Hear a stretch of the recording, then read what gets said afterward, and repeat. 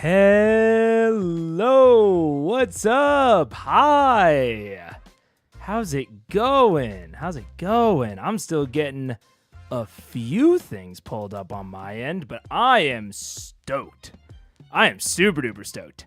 And I'm even more stoked, honestly. Part of it is because a lot of people have joined the channel. A lot of people have subbed since the last time I did anything with Ryan. So I'm very excited to do something together. It is a little bit, I don't know what to call it. It's like anti-serendipitous. I started having internet issues today. Which the reason I haven't collabed with Ryan in forever, like the reason that it hasn't like really happened, is primarily because I was having internet issues for so long, and I never wanted to like go on stream with someone and potentially waste their night, you know? And so I think there's something about Ryan. I think he might be a little cursed. I don't know, but I'm still excited. Because he's still a good fella. And I think we're about ready to go. I'm going to turn way down the music. I don't even know if it's worth having on. I'm going to turn it off. I don't want to worry about it. Let's see. I'm going to ping him. Hey, ready to go? Okay. And pull up everything on my end. I only I remember how the last one went. Obviously, I was there. But I only kind of remember, a lot of the fine details. Wait. Is my streamer.bot not connected? Am I not seeing the chats right now? I'm not seeing the chats. Cheeky Monkey and Daniel, hello. Hello. What's up? I wasn't seeing the chats. I thought not. I thought there was something going wrong. The YouTube isn't working. Oh, it got signed out because there was an update. Well, that's fine. We're waiting on Ryan here for a second, so this gives me all the time to fix what's broke on my end. There we go. All right. Started today. What did I start today? Started this today? Oh, the internet issues? Yes. So what you are, I guess, I've been having little tiny ones, but earlier this morning, I was dropping probably like 10% of my frames. And I was on the phone with the ISP and with my landlord and all this. So it kind of came together all at once. It was a bit of a flurry. We were supposed to do this yesterday, and I had like a gut thing going on. I was not feeling good at all. And then today I was like, oh my God. It's going to be just one more fucking thing that's going wrong. Oh my gosh. But everything is working out. Putting that into the mix. Ryan is online, but I don't know when he scheduled his. Oh, he is not live yet. Naughty late. I could never. Couldn't be me. I've never been late, right? Everyone in chat, defend me, please. No, I have. Let's see. Oh, Ryan's thumbnails are so nice. I never know unless I have like an entire like series thumbnail. I never know what to do with mine. But I just look at his and they're so pretty. But I am excited. I'll go through the whole kind of feel of the concept when we're both online. When me and Ryan are both online.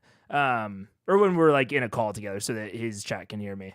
But I think it's going to be a weird one today. I don't know. I did a pretty basic theme last time And I was like, I think I'm going to get a little wackier with it. It's honestly not even that wacky, but it's a step up in wackiness. You know what I'm saying? I got a dice advent calendar for Christmas. Ooh, but I'm really wanting to open it.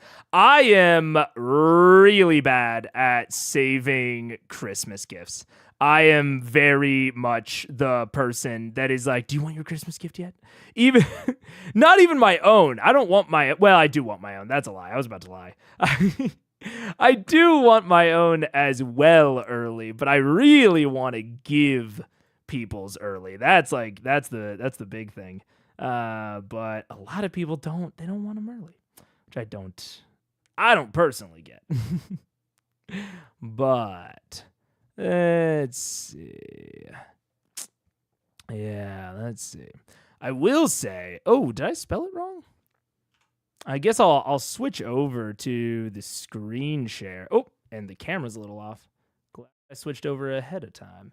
Yeah, we're going to do a bit of an airborne dungeon this time. I have no idea what that will mean in practice, which is kind of the fun part, right? It's like, I don't know if Ryan is going to take that as like, ships, if he's going to take it as floating islands, I don't know what he's going to think. Just air themed maybe, but still on the ground. I don't know what I think either, because I decided and sent it to Ryan maybe an hour ago, because I was like, we'll start letting the thoughts percolate. And I had a couple of ideas, but nothing quite that solid. Oh, and the what are we doing today got very messed up somehow. Boop, there we go. That's better. And I figure last time we didn't have a timer, so I think this time I'm going to make it probably 20 minutes per room. So we're going to have 3 segments where we each create one, So it's segment 1, segment 2, and then the third will be when we kind of return and do it all together. So this will be Mega Ryan, and same thing for both of the others. There we go. That's perfect. Oh no. There we go. I keep messing up the indenting. Ryan is typing. Yeah. Okay. Yeah, he's on. Let's do it. I think, it's not ringing. Let's see. Can I just not hear him? Or is he not in the call? I just joined. Oh, okay, perfect. Hello. Can chat hear you? Okay, yeah, chat can hear you as well. Hello. What's up? Hey, just a second. Let me get stuff going. And if you want to see Ryan's beautiful face, I can't fit that on screen. So you'll have to go to his stream. Oh no. You'll have to watch both. All right, let me get There we go. All right. And are you should be coming through on my end now. Let me Okay, perfect. see. Yep. Hello. And you have so you don't have video in the Discord though. You just have it on the Yeah, I did not. I forgot to stream. set up the virtual camera. No, that's okay. I think I can pull it up if I want to try. Yeah, I mean it'd be weird because it would be desynced and stuff, but it'd be something. It's small on my side anyway. Let me try it out. That's fair. Yeah, I think you will stay as a disembodied voice, unfortunately. That's fine. No, that's fine. All right, cool. It's all good. Yeah, and in the meantime, I can sort of... Well, I guess... I don't know. I don't know where to start. I realized I think I'm nervous to talk to you on stream. I realized this before stream, even though we talk off stream all the time. Why would you be nervous? Well, I'm pretty much the same. 20 minutes before the start of stream, I for some reason I got it in my head. I was like, my knees are cold. my knees are far too cold, and it's going to have some adverse effect on the stream, and so I had to go and like take a shower, like Nice. to warm back up. I don't know. Sure. I don't know what any part of the thought process was. Yeah, I think maybe you have a voodoo doll that you were like washing before the stream of me. The secret's out. Yeah. Yeah. It's a funny thing how like stuff that you do normally. It's kind of like we were talking before about like how disruptive meetings can be and how like your mind just fixates on them. How disruptive what can be?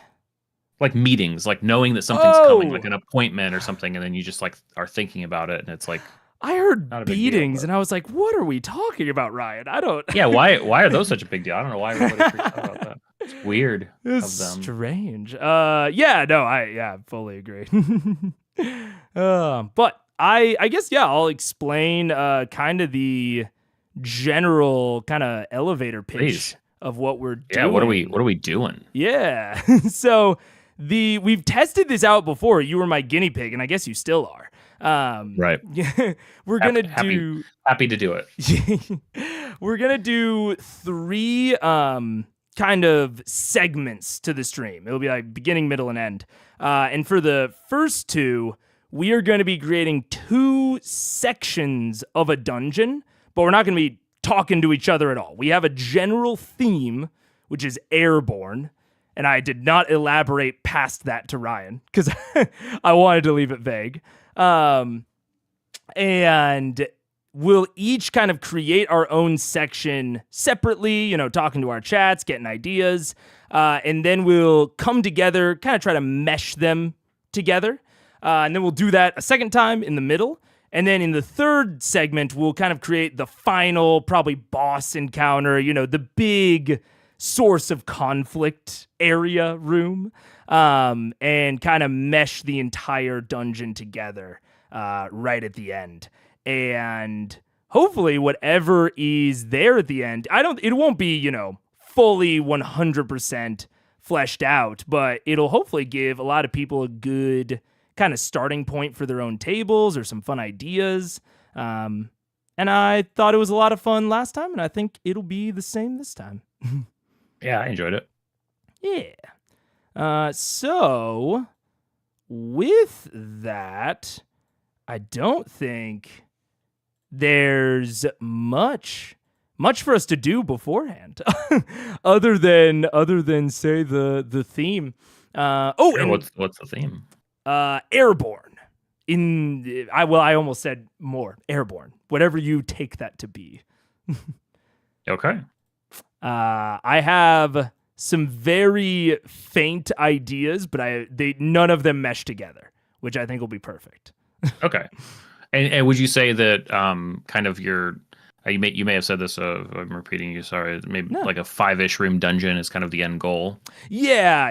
It doesn't have to be, super explicit, and I'm not, we don't need to each take like a part of the 5-room formula. But yeah, generally like 5 areas. Yeah. Yeah, sure. Yeah. Got it. And I think that's about it. So we'll talk in maybe like 20-ish minutes. I'll probably set a timer for. All right. And then, if you wouldn't mind, when we do that, just mute yourself on the Discord call. That'll save me the trouble, and you can just like jump back in to me whenever. Yeah. Yeah, that's perfect. Cool. Okay. I'll do the same. Sounds good. See you in a little bit. All righty. All right. Bye. Okay, and let's start the live split. If I remember how to start it. There we go. All right, 20 minutes on the clock. Let's see what we got. So, I had a couple of ideas, and I'm just going to kind of, talk out loud to chat here, to, Daniel, Cheeky, kind of see what we're thinking. Anyone else? Because my first thought was like, Avatar style. Avatar, the James Cameron movie. Is that James Cameron? Avatar style, like floating islands, right? I've done floating islands in my game. Never airborne, but I've done like ice pack. I've done small like little sandbars, and I find that this like kind of like, islands of safety or normalcy split between either like difficult terrain or, total void, danger, what have you. I find that this can be really fun. The only thing about it is that it really changes tone depending on the level of the party, right? If you're doing floating islands with a party of level 3s, this is going to be immensely difficult and immensely risky. Whereas if you take it up to like a level 10, 15 party, it's kind of a risk to put it in the air, but it's not that bad. At least one of them probably has the fly spell. So I don't know about that. I don't know that it's not really evergreen to an extent. Although it may mesh really well into Ryan's ideas, so that's possible. The other thing I thought about is almost like a normal dungeon, but it's just suspended very high in the air, so it's like indoors.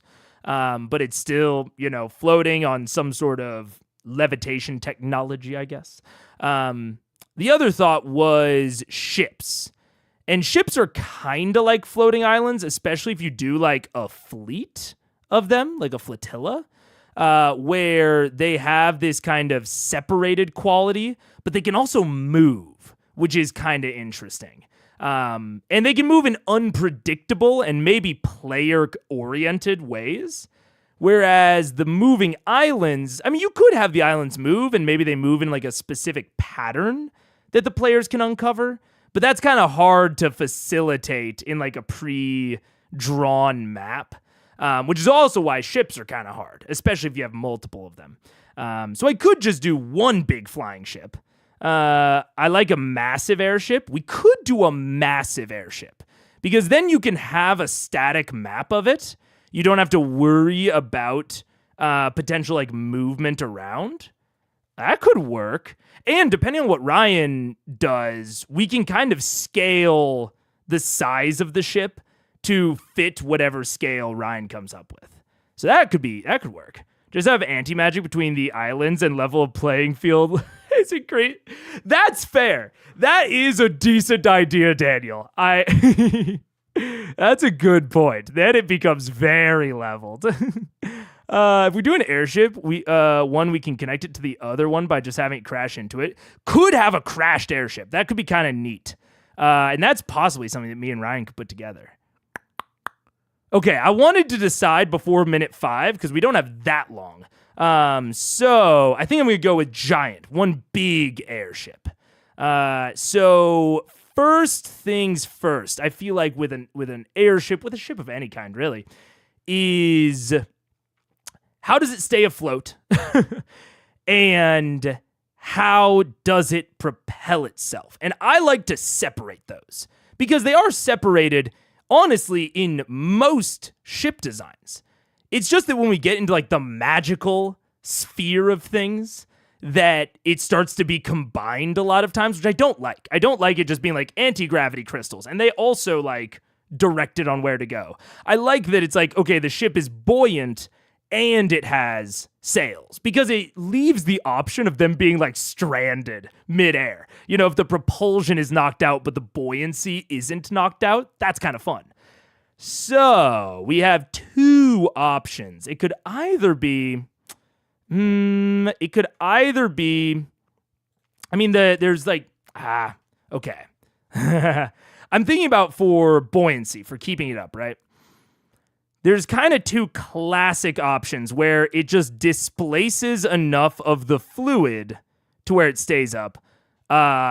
It goes fast enough, like with a plane, it goes fast enough that there is like the propulsion is strong enough that there's lift provided, and these wings are what keep it up, which allow much faster travel, but it's more risky. And then there's blimps, right? There's like the little nugget with then a much bigger thing, which is slower than, well, I don't think it's slower than this one, but it's certainly slower than the plane, but is theoretically, it could be a more interesting plot device of they could potentially fight on the buoyancy sac, and then that's like a big risk inherent within it. They could fight around the buoyancy sac, whereas I think that the wings are a little bit too, like, you kind of have to, not suspend disbelief, but your players are going to be like, well, what is going to damage the wings? I think it's there's much more of a question on what is going to damage these. Like, is an acid splash going to damage them? Whereas the balloon, I think, feels inherently fragile, So Spelljammer Shop, Broken Helm. I don't think I know anything. I don't know much about Spelljammer, actually. So I don't know the references, unfortunately. Yeah, I'm thinking a Zeppelin design. Because I think that there's a lot that you could do with this buoyancy sac. And we could even make it easier to get onto by having like 3 separate decks, like 2 out to the side. So if we're looking at it from above, we have like 1 deck below, and then 1 deck out to the side, and another deck out to this side, which still gives us, and then we can just have them be connected by these little pathways. You see what I'm saying? Which then actually kind of gives us the floating island feel, where we kind of have 4 islands that are just all connected, and it gives our players some very fun options to knock out parts of the map. You know what I'm saying? Like, we can make these kind of a little bit more fragile than you might think. And they could potentially, do some really heavy alterations to the ship even mid-flight. So I think that's what we're gonna do. So there will kind of be 2 sections to the map. Oh man, 20 minutes might have been aggressive in retrospect. We're only a little bit of the way through, and I'm already feeling it. Let's see. And these could even be kind of pitched as like stabilization rudders. They could even have like maybe 2 mini buoyancy sacs or something like that. Let's see. So I think one of them is going to be like VIPs. One of them is going to be like command of the ship. And then the center one, a little bit bigger, and is going to be the like passenger cabin. You know what I'm saying? It's going to be like the main area of the ship. And then we have these 2 kind of offshoots where they don't have to mingle with the with the plebeians. You know what I'm saying? So then we'll have this attached to there, and this will be like 5 feet wide, I'm thinking. So this is, we're creating some very natural choke points in the entire ship, separating off potential quest line areas. How about a mage tower suspended from several hundred balloons, pop too many and it goes down, and down it goes? Ooh.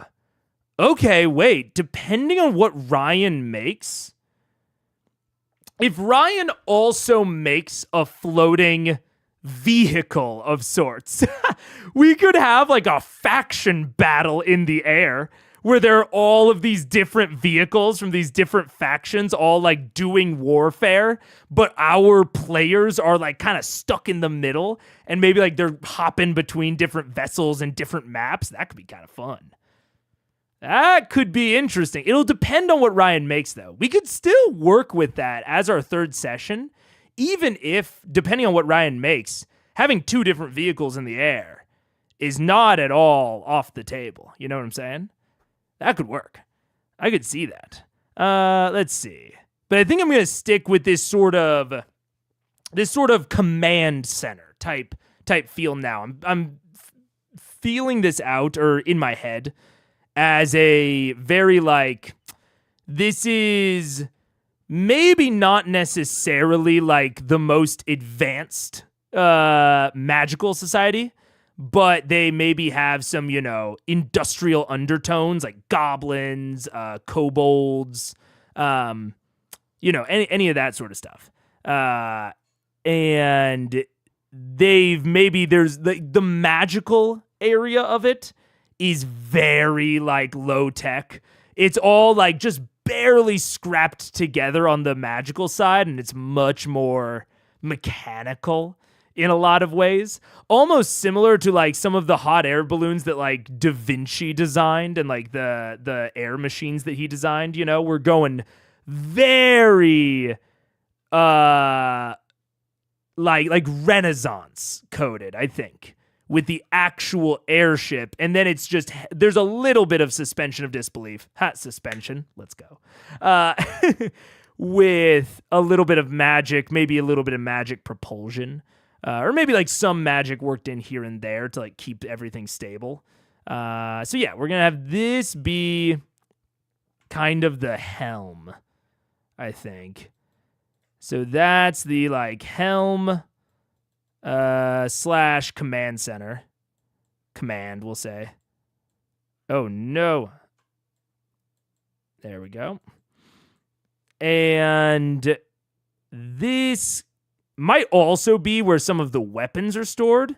It'll have a nice little airlock, nice little open space in front, and maybe some munitions in the back.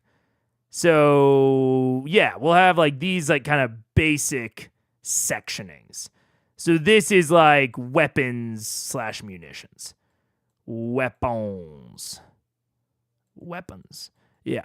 And then over here is more of our VIP section. Also going to have a little sort of airlock, but I think maybe the security on that one's a little bit more lax. You know what I'm saying? Then the, actual command area. And this one, much more kind of split up into bunks, cabins sort of deal, with maybe some common areas on the sides. And we'll kind of split that there, and there. Potentially. I like that. So this is VIPs. Lots of, quest hooks on either side. If they need like an important commander or they need an important VIP. Yeah. I missed how this functionality works. Functionally works. I guess I'll figure it out. Basically, we're just separating 20 minutes on the clock, and we're going to create different sections of the dungeon. Potentially, this ship will be in the... and there's a theme. Airborne. I should have put the theme on there. That's fine. Okay. So then, I think there's a lot of flexibility if I make the core of the ship kind of a cross sort of situation. So same dungeon in theory. Yes, all the same dungeon in theory. So whatever we make, we are going to work in to Ryan's, whatever Ryan makes. I think another open area back here. But then we want some space for the players to get a little funky, right? Because this massive choke point, which is good. We want to offer them or NPCs some choke points, but we also want ways for the players or the NPCs to get around it. So put some doors on either side of there. Yeah, there we go. So this is like the busy kind of back and forth area. And then we've just got some cabins all through here, but maybe they're just like divided with curtains. That could be kind of interesting. So it's obscuring visibility, but not necessarily travel. That could be kind of interesting. So we'll actually have the doors a little bit more front. So this is sort of just like an interior hallway that is actually very close to here. So there and there and there and there. And then we have a big long hallway here. Or actually, yeah, big long hallway there. Big long hallway there with then lots of curtains. These are going to be like single beds, you know, either for the crew or the passengers. Maybe soldiers if this ends up being like a military type vessel. And I think I might do the same on the other side. So these are all, there we go. And then we'll make that nice and symmetrical. So that, except for maybe we'll have the same hallway type arrangement, but these will actually be distinct quarters. They're not VIP quarters, but they have actual walls. So that our players can't just like learn the entire thing and feel like they've got it under their belt. There we go. We want space for the players to get a little funky. I am so immature. Yeah, I can see it. If not, there's always teleportation. There is always teleportation. So we want to think about good ground travel routes, which is a lot of what I'm doing. And I also want to think about, that's why I'm kind of interested in this curtain design, is because there's a lot of opportunity with these curtains for visibility being blocked, but not necessarily travel. I can already picture like the barbarian just charging through these to clear them like all at once. And, you know, getting tripped in the process and all that fun stuff. Let's see. And then I think we'll add in this as storage. Wait, storage. And I think we'll add in one kind of wrinkle to all of this, in that there's a secret door here, but no one knows about it. How would I indicate that no one knows about it? We'll make it squiggly lines. Squiggly lines. There's a secret door there that either an officer or a crewmate has been using to smuggle things on and off, unbeknownst to the higher commands. They've secretly been kind of co-opting this vessel as a smuggling ship. And so there's going to be a little bit of this kind of carved out, maybe convincingly, maybe not, that the players could, you know, hide in, or they could maybe secretly enter the vessel right here if they were to know about it. Just to give the map some asymmetry, you know what I'm saying? And then this will just be like, maybe like a dining area. And we'll make, you know, a door right there to give, again, some asymmetry to it. And then we want kind of a big bar over here for some cover. Yeah, there we go. And then the storage is just filled to the brim with boxes. Boxes, boxes, boxes. It's definitely, you know, they're able to get through it, but it's going to be difficult terrain at the very least. These ones have the big beds.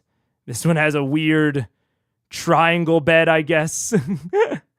And as does this one. And then this is, yeah, like weapons. And then this is the helm. We'll make a little steering wheel there. And then viewing platform. So these are all transparent, I think. So this is all transparent. And we've got some seats. And then I think that this is actually open air. Oh, no. So I'm going to have to redraw the circle. Oh, no. Okay. We're just going to do this to indicate that this is actually open air. And we're going to draw another door right here. There we go. There we go. So that's totally open air because I want them to maybe be able to like peek out and like maybe see the weapons through a porthole or something. And same thing with the VIP. Oh, yeah. Then we'll cut off a tiny sliver of the VIP and make this one kind of their own little private open air. But, a clever misty step or even a jump might get you over there bypassing this entire choke point. That could work. And we are over time. Enemies are in the center of the room behind only the closed curtain. Party approaches. It's a trap. Party's now in the center of the room, right where the enemies wanted them. Precisely. There's so much you can do with like low visibility as compared to like actually blocking movement. I agree. One of the ships from FTL? I can see that. Yeah, kinda. Yeah, a bit. Okay, let's ping Ryan. The 20-minute timer might have been ambitious, I will admit. So I'm going to do maybe just like one more thing. We're just going to have, I think, some like big kind of map tables, maybe like a console over here. Yeah, sort of situation. And there's a doorway through there. There we go. Yeah, I'm going to unmute and we'll see where Ryan's at. Hey, how you doing? The timer's at 22, but I don't know if you're close to being done. I mean, we can talk about whatever you want to. I mean, who knows where we are in the scheme of it. We have ideas. That's fair. We've got an idea, and definitely not a gridded out map by any means. But there's a map. Oh, we're not even mapping yet. We're not even mapping yet. No. Okay, so 20 minutes was ambitious. Plenty of ideas. Well, I think it's just how we operate is probably more to do with it because we're coming at it from ideas and big concepts and narrowing down. But I think we have some ideas that'll map pretty well to locations. Okay. Do you want to go first or second? I can go second, so you kind of know. You can go second, or I can go first. Yeah, why don't you go first? Give us a framework, and then I'll pepper in what we have. Cool. I'll share my screen, and I actually need to take a break. Oh gosh, I have a alert. I do need to get Discord working on my end so that I can at least, or not working, but like added to my end. I'll do that while you're talking, so that my stream can see your stuff. Gotcha. Feel free to dig into whatever. I'll see if I can get a better version of what you're doing on my screen. Yeah. So are you ready for me to go? Oh, I'm ready. Okay, cool. Go for it. So we were thinking some manner of airship. And whether or not it's crashed or it's whatever the situation ends up being with it. I made it while it's kind of airborne, but we could crash it if we wanted. Of course. And I debated between like a buoyancy ship that kind of like floats on the fluid, which I guess a blimp is also kind of a buoyancy ship, or like an airplane type of deal. But I eventually went with kind of a Zeppelin type design. But it also has these kind of two almost like outriggers on the sides, which ended up kind of turning out like this. So the left kind of pod has the helm and the controls and the command center, all the weapons. This is, totally blocked off to anyone who is not very much supposed to be there. Right. And we have kind of a choke point tunnel to get there, which I was thinking, 5 feet probably. And then the opposite side, kind of the corollary, is the VIP section. And I was thinking both of these outriggers give a lot of quest hook opportunity, you know, if they need to Totally. track down a VIP, if they're wanting to steal the airship for some reason. Yeah. And both of these have these little airlocks. So maybe hard to get into directly through force, but, you know, maybe a social opportunity there. Sure. And then the main ship is mostly segmented into cabins. So I was thinking that these on the left, kind of slightly bigger cabins, all with metal walls. So, you know, hard to get into. Probably have like basic locks for the crew. And then on the right, these are maybe for either like lower status crew members, maybe, you know, people that paid to come on the voyage, even if they're not technically part of the crew. And these are just gonna have like curtains between them. I thought that could, you know, a nice obscuring vision, but not necessarily obscuring or preventing movement. Could be kind of interesting. And then towards the front of the ship, got this storage area that I thought would be very hard to move through, and has a little bit of a wrinkle with like a little smuggling area right up here that's kind of, you know, not roped off necessarily, but probably hidden from the inside, and most importantly, has exterior access for like an alternate entry point for the party. And then kind of front viewing area that is glass, so it's encased, but you can see through it. And then little just like eating area, very kind of more normal, but with some still potentially some obstacles. And then in the back is a totally open air area, and the VIP has a miniature open air area. Oh my goodness. That, you know, maybe a clever misty step or even a crazy jump, maybe a grappling hook. And then this is also kind of the main entry point. They can like deploy like a ladder or stairs or something from here. And then these are both enclosed.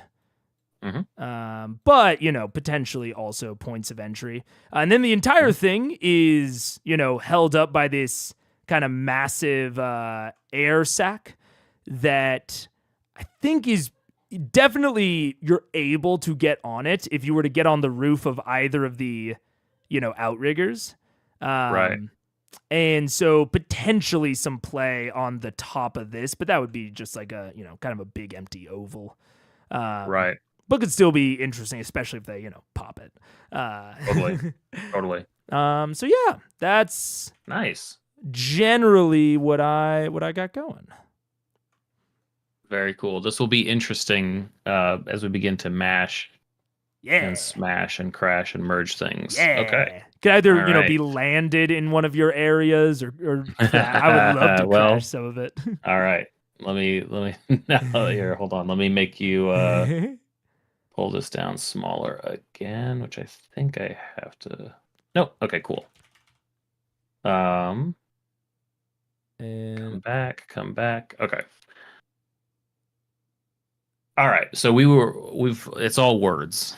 And are you? Because that's where we begin. Yeah. Oh, I'm not sharing anything in the Discord now.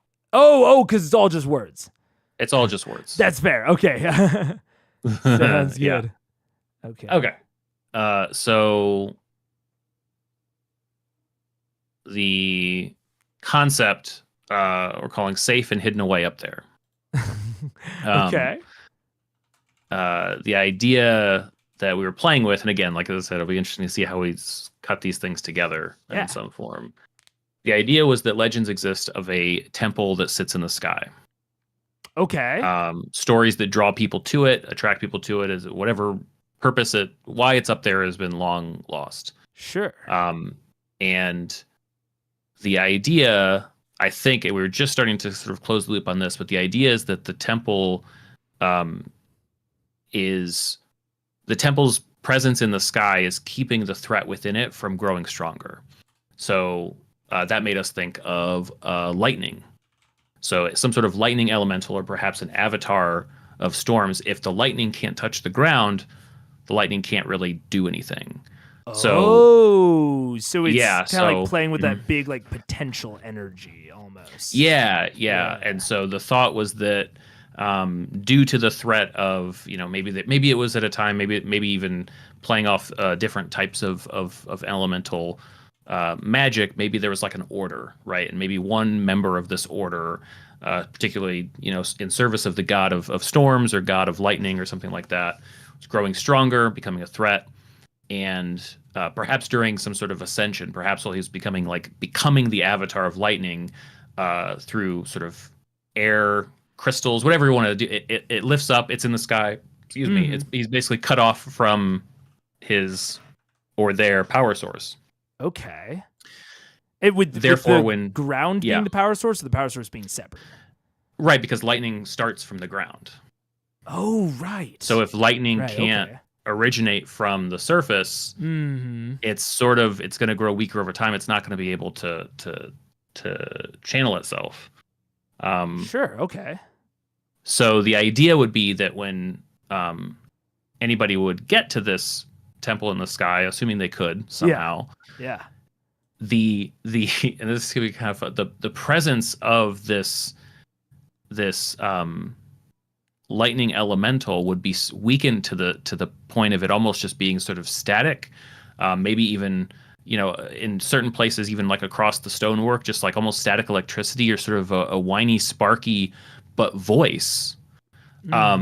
Because obviously anybody who's there, it desperately wants to convince them to lower it to the ground so that it can return. Yeah. Which would kind of have this weird sort of magic techno like AI that would be present in the temple, constantly trying to get the players to just put me in the crystal, just take me out of this prison. Right. Yeah. Some scheming, some, hey, you know what? There's going to be 4 different locations here, and there are crystals. There's one of fire, one of wind, one of this, and that's what's sort of keeping it floating. Don't ask where the storms or the lightning thunder are. Don't worry about that.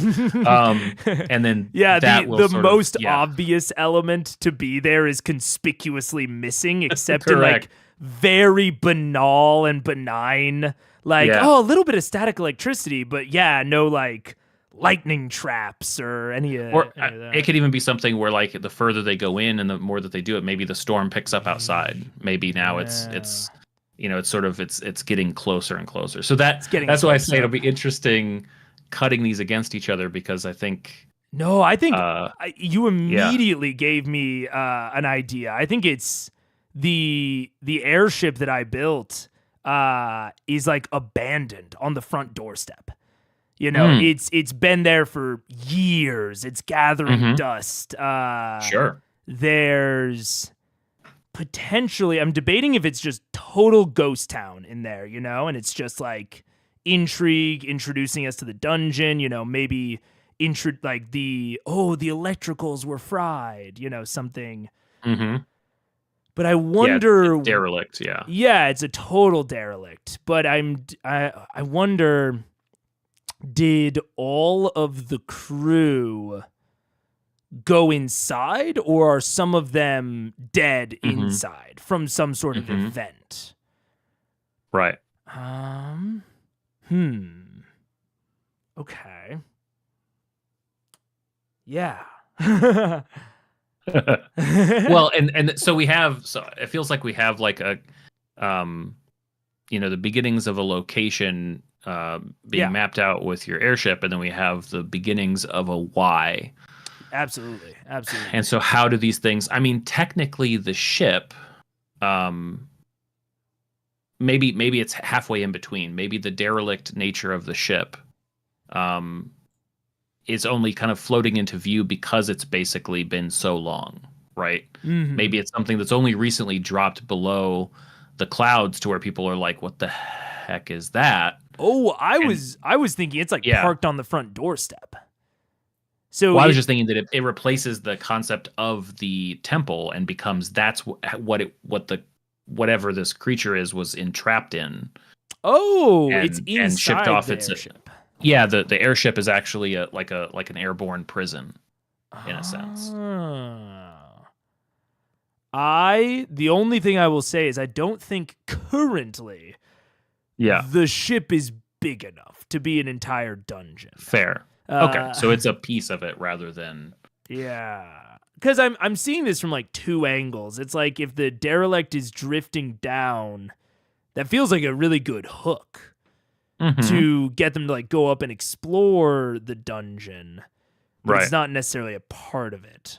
Well, and we could still use that, like the concept of the temple could have floated down. Maybe maybe something faded over time, or maybe some of the layers of magic have been destroyed by people who, before they realized, like, hey, this is a GLaDOS trying to like screw us over. Yeah. And so there are some dead adventurers spread throughout. So maybe that was just enough to bring it down. Possibly, yeah. Like the ship people went like halfway through the process of freeing it before they realized.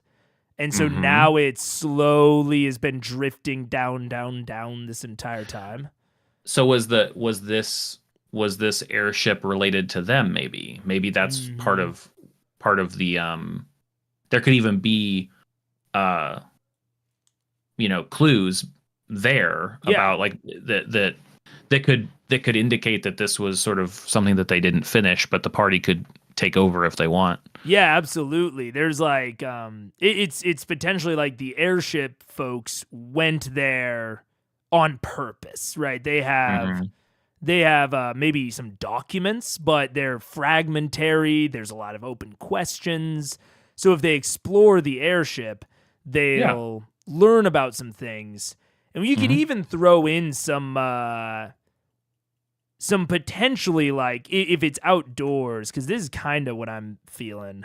Okay. Is like, I'm picturing the temple kind of, almost diamond shaped. Kind of mountain on top, mountain on bottom, and then with this kind of outcropping in the front, contrasted against this kind of wall and this more like actually built up temple, and its entrance kind of right here, like that, and then the airship is kind of right parked out front. Kind of like that. So it's very obvious. It really sticks out. And it could potentially, if we want it to have, a combat, it could potentially be the nesting ground for some airborne monsters. Or it could be totally, it could be just completely exploration puzzle. So yeah, I mean, if we think about it holistically, like I feel like the even if this was a one shot or like an arc that you're just like dropping your players into, the airship represents an opportunity to let them sort of like gain a bunch of context, maybe get an actual map. Of a thing floating in the sky. Absolutely. Yes, maybe get some unique equipment that we otherwise wouldn't feel good giving to a party, but it's like, hey, like you were even saying it, right? Like a grappling hook. Or like maybe there are some temporary wings or maybe something that like, uses some of the magic that they found. I feel like if the idea is that an order of elemental mages sort of turned against one of their own, and if this airship group was successful in destroying one of these, like, let's say they destroyed like a fire crystal, it would be fire elementals that would be reacting. It would be, that's what could have brought down the ship, because technically, like, this is an enemy force, but it's only because they're trying to protect the safeguards in place to keep this thing aloft, right? Right. It wouldn't be, which I mean, if it's not that, then it could be water. It could be whatever feels out of place, where it's like, well, it seems like everything here was burned. Yeah, we should keep an eye out for that as we go up. Yeah, right? Or it's like strangely soggy, or sure, yeah. So it's sort of almost like the Guardians at the threshold, if in like the more classic 5-room dungeon sense. Yeah, let's say yes. Let's say I'll say yes. yes, like I know that. Yes, I agree. Yeah. Okay, yeah. And so then we have So then we have the kind of more interior setting of what, like, yeah, like it's very. I like what you're going with, like the four crystals, Yeah. because it feels very. I don't know, not to say like in place. What's the word? Hmm. It feels very obvious, but then we can have not obvious, very appropriate. That's the word. Yeah, But then having one of them already that's uh right. done Yep. adds like adds a layer of really novel interest of, this entire place is off kilter. Like maybe Yeah. several of the rooms have like these displays of symmetry of, like the rock paper scissors of the elements that are Sure. supposed to be binding this lightning Uh-huh. elemental, but Yeah. they're kind of out of whack. One of the elements is like dominating the other two that are left in that room specifically. Um, Yeah. yeah. There could be. So let me see. So do you think lightning, which I did, somebody awesome in my chat just pointed out that it's not actually true that lightning begins from the ground and goes up. It looks like it kind of does. Um, Okay. but but Either way, a but suspension sort of between the clouds and the ground. correct. It's mid flight. It's been stopped in place. Yeah, I mean, well, it could be. It could also be it could be more broadly storms, right? Like especially because then as you're going up, like it could be a temple that's shrouded in a like clouds of storm. Um, Mm-hmm.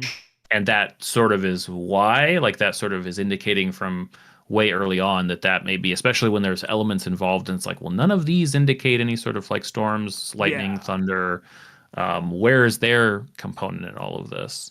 Yeah. Um, And speaking of chat, some folks in my chat were saying like, oh, maybe they take the ship to the temple, uh, mhm, which is I think a great alternate introduction.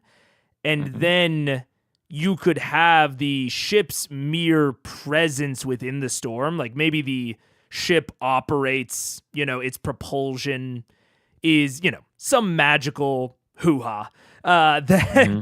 that accidentally soaks up some of the primordial energy that is keeping this place in balance when it enters the storm. And so that takes the ship down, crash lands it. Right. Right. And then you could have the same elemental guardians. So you can either kind of have it as their transport or as the derelict, and have the same enemies on the threshold either way. Mm-hmm. And have that kind of imbalance. The only real difference would be, is it kind of this old thing where, it's this creepy exploration, or is it a more, Yeah, like how recently. Mhm. yeah, is it a more frenetic crash landing where, oh, we're going down? Although I don't know Yeah, how frenetic a crash landing with a Zeppelin can be. It's very, very slow. feels like it just slowly drifts down. Or fire go boom, like that could definitely Oh, cause an issue. fire do go boom. Um, That's a good point. It like could if they just be. so happen to face some trouble with the kind of protective seal around the fire crystal, and that drew, these monsters to attack. They retreat to their ship. Maybe, hey, we're not cut out for this, and boom, they go down. Boom. Yeah. Yes. Yeah. Yeah. Is it too outlandish? Because now I'm thinking about like, yeah, the downed Never the outlandish. downed airship Crazier. is a great place to start, because that gives you a place to sort of begin to learn and get your footing, and for them to decide what they're going to do about it. Absolutely. Maybe this is, I don't even know. Like, if it's less attractive the older it is, like the more overgrown and the more Hmm. derelict it really is.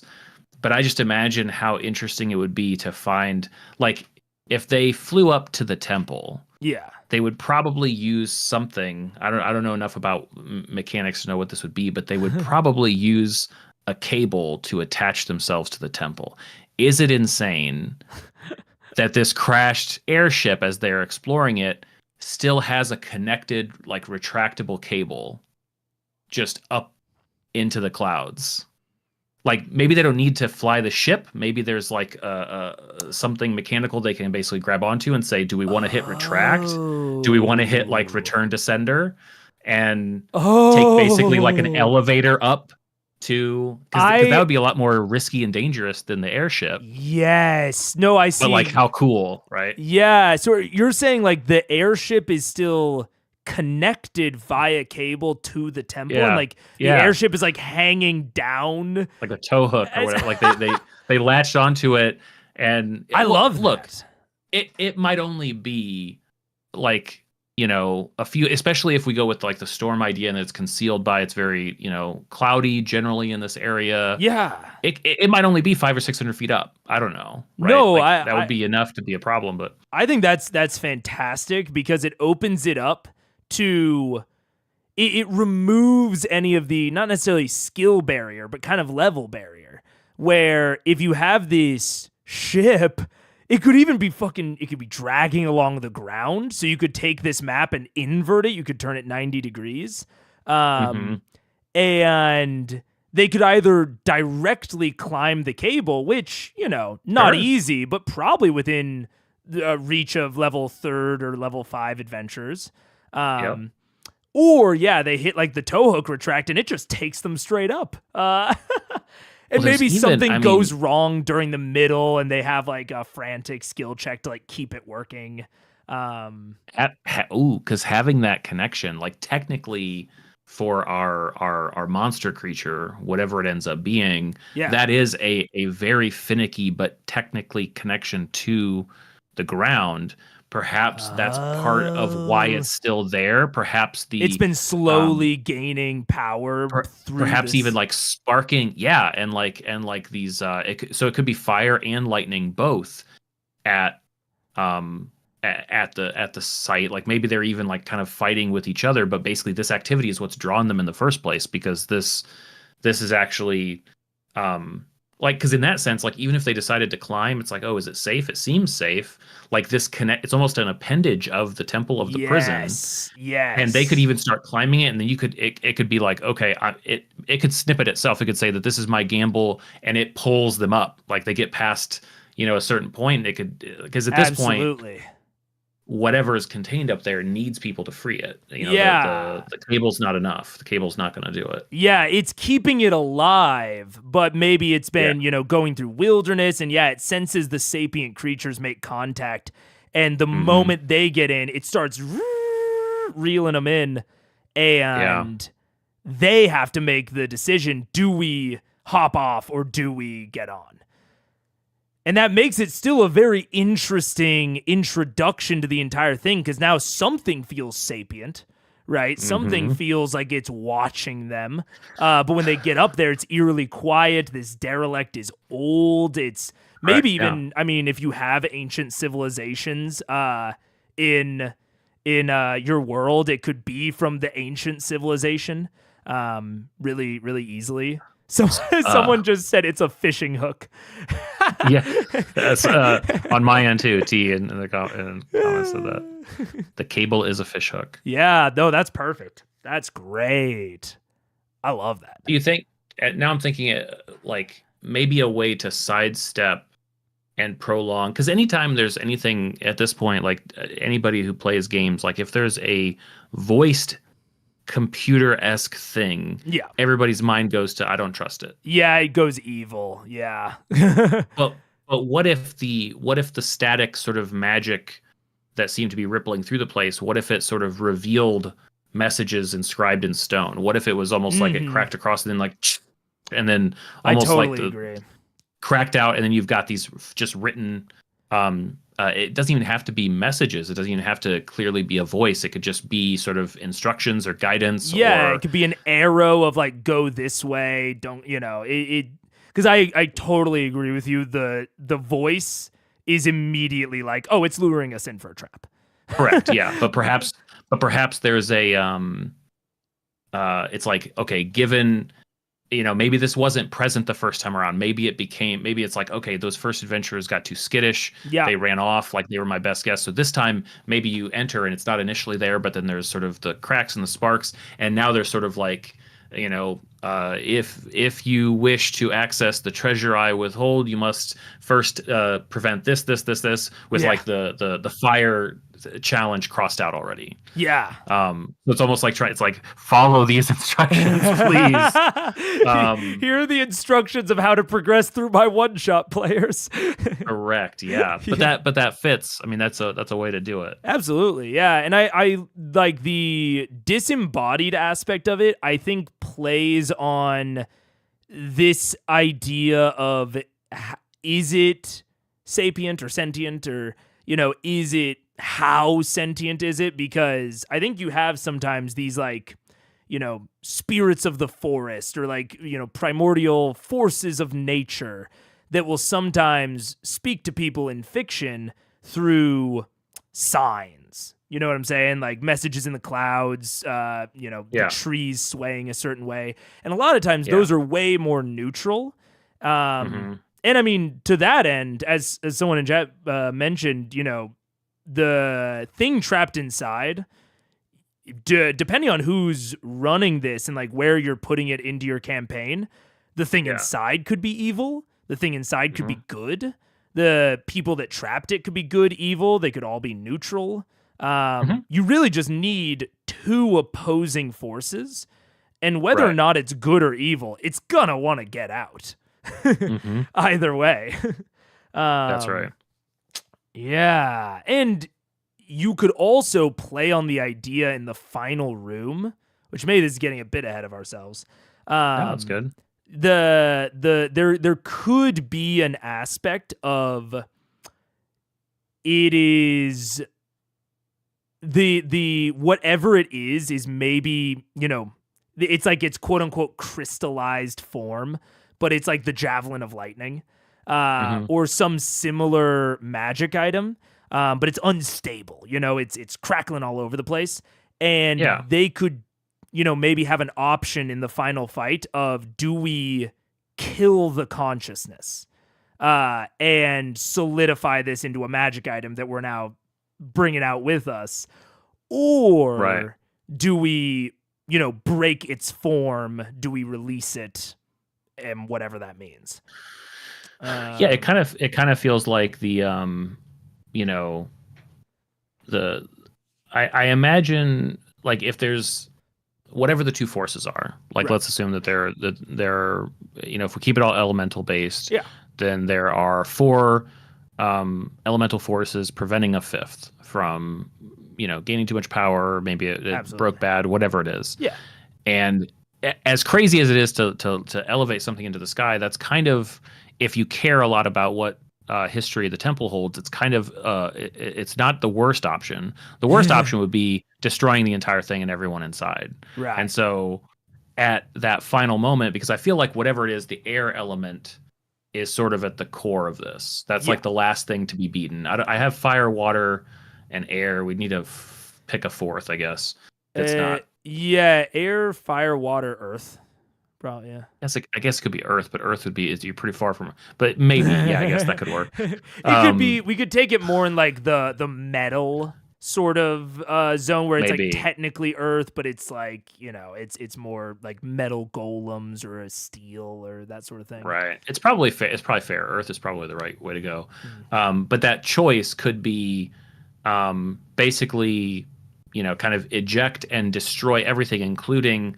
I mean, it doesn't have to be like a single item. It can be, if this person or this entity was becoming sort of the this avatar of this element, it would probably be pieces of art. It'd be maybe a whole set, or it could be like, if not for yourself, to like arm your loyalists, right? Yeah. But like every single individual piece of everything there would have to be destroyed to stop it. Or if you're picking up those things and you're not, then like you've got to defeat this thing before you hit the ground, right? Because once it hits the ground, all of its power comes back. Okay, I'm sort of seeing a yeah. We're working backwards a little bit, which which is totally cool, because I'm seeing like, okay, yeah, we do like water and fire, those are like the first two, whatever. Maybe one of them's social, one of them's combat, and then air is maybe not even a combat, it's just a choice. Air is what is keeping the temple up. It is what is maintaining its position. And if they want to do anything with the final room, with the lightning, if they want to get to the lightning at all, they have to go through the air and immediately start a descent sequence. So the moment that they X out the air, they feel a shudder through the mountain and it starts falling out of the sky. They're on a timer. They're in initiative. They have a certain number of turns to make this happen. I think so.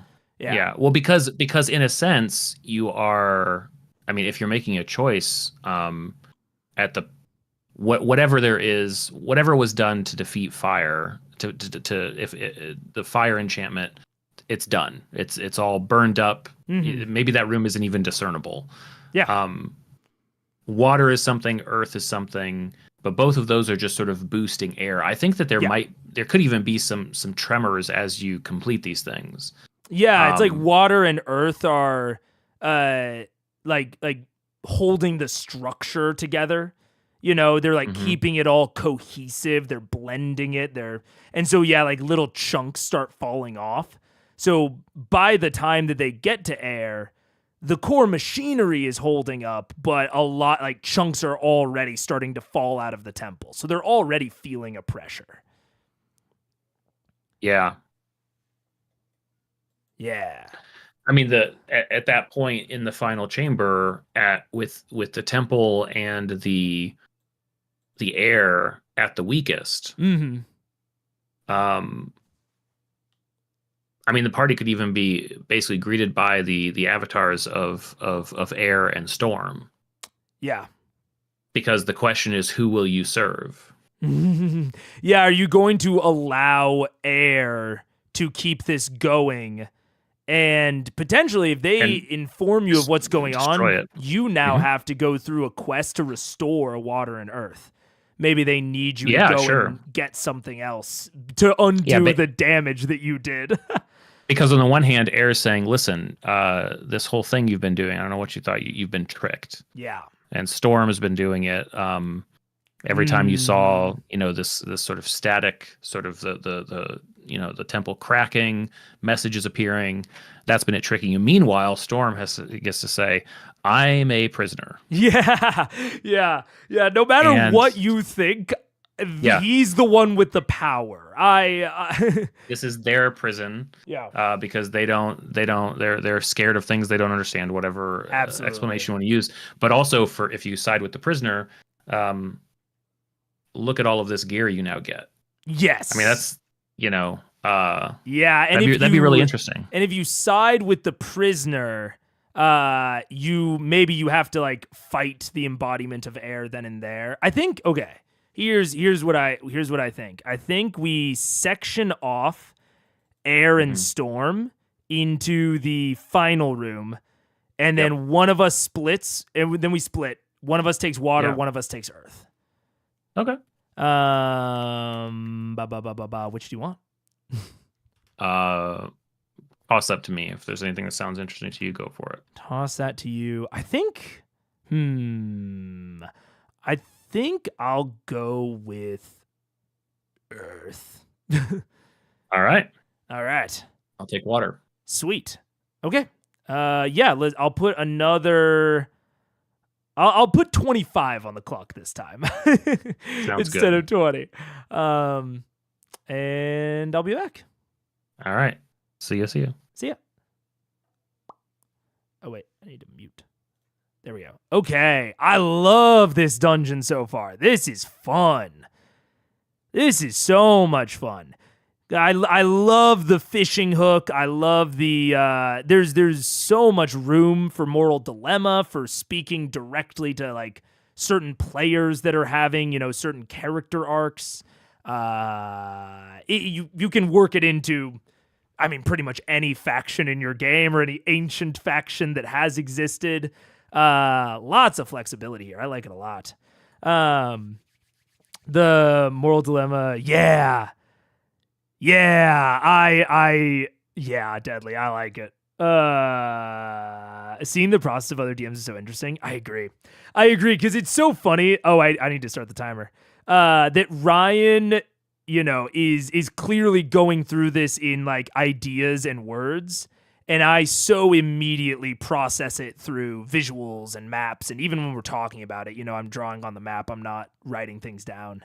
So yeah, I think I want to do more of these. It's a shame that we haven't done one in so long. I'm really excited to be back to it. Okay. So I'm gonna this is just the abandoned airship. I'm gonna rename this just the airborne dungeon in general. Airborne dungeon. Okay. So then we'll kind of section off down here. And what did I say I was going to do? Earth? I said I was going to do Earth. And I'll update what are we doing? So we're on room, I guess we'll call it 3. We're not doing it in as discrete of chunks as we did last time, but I think that it's going fantastic. So I have no complaints. Okay, so Earth in the air. You know what I'm saying? Earth in the air. I think I like the idea of Earth kind of representing like the terrestrial, even like biosphere. Like it's also maybe a little bit of a sub-in for life. And it gives it an easy connection to water. So like we could have a waterfall pouring into the room that if the players explore, they can get to whatever Ryan's cooking up for the water. So yeah, we have like a cliff right there, and then a little bit of a chamber or a little bit of a path that the water can flow down, and then now I could get my fucking floating islands.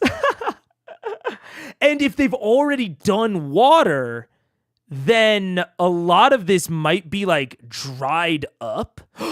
Ooh, okay. Wait, listen to this. So then we have Big Lake. Big Lake. And I might have to redo some things. I might want it to all be lake. I actually think I do. I think I want it to all be lake. So it's whoosh. Which this might seem like I'm taking water. Am I just taking water? I might just be taking water. I need to not. Okay. So it's pond. It's a pond. I was starting to do water, and I need to not. But we can still have sort of a delta sort of configuration throughout this room that is maybe easier or harder terrain, like more or less difficult terrain, depending on if water is done yet. And then am I just doing water again? I think I'm just doing water again. Fuck. I'm not gonna unmute and say never mind, I just want water. I can't. Fuck. Okay. There's a small pond. That's all you get. All you get in terms of water. And if water's done, then it's a hole. Pond/hole. And I'm stopping myself there. Slapping myself on the wrist. Let's see. The same thing, though, because maybe in Dungeon right now, my methods rely on a lot of tables and dice rolls to decide. And I noticed no one has rolled a single dice yet. I used to roll on tables. A lot. And it was when I would make my dungeons on a grid because I used to like exclusively make dungeons on a grid. And then really the actual difference was that I went to college and the library had these walls of whiteboard and the engineering building as well. You could rent out a room for like 8 hours. And I say rent, it was free. You just reserved it. And it just had walls of whiteboard. And I would go in there and I would do like homework. And then when I was done with homework, I would prep for D&D. And having these giant ungridded drawing and writing spaces really took me off of the grid. And for some reason, the tables and the grid were married in my mind. I have no explanation for that. It's just the way it was. And so I stopped rolling on dice, or I stopped rolling on tables, and I just started drawing shit, you know? And that is now the primary process for me. Yeah. Is this puzzle, combat, etc.? Well, that's the question. So it seems like the front area is going to be largely exploration. You could easily throw a puzzle in there.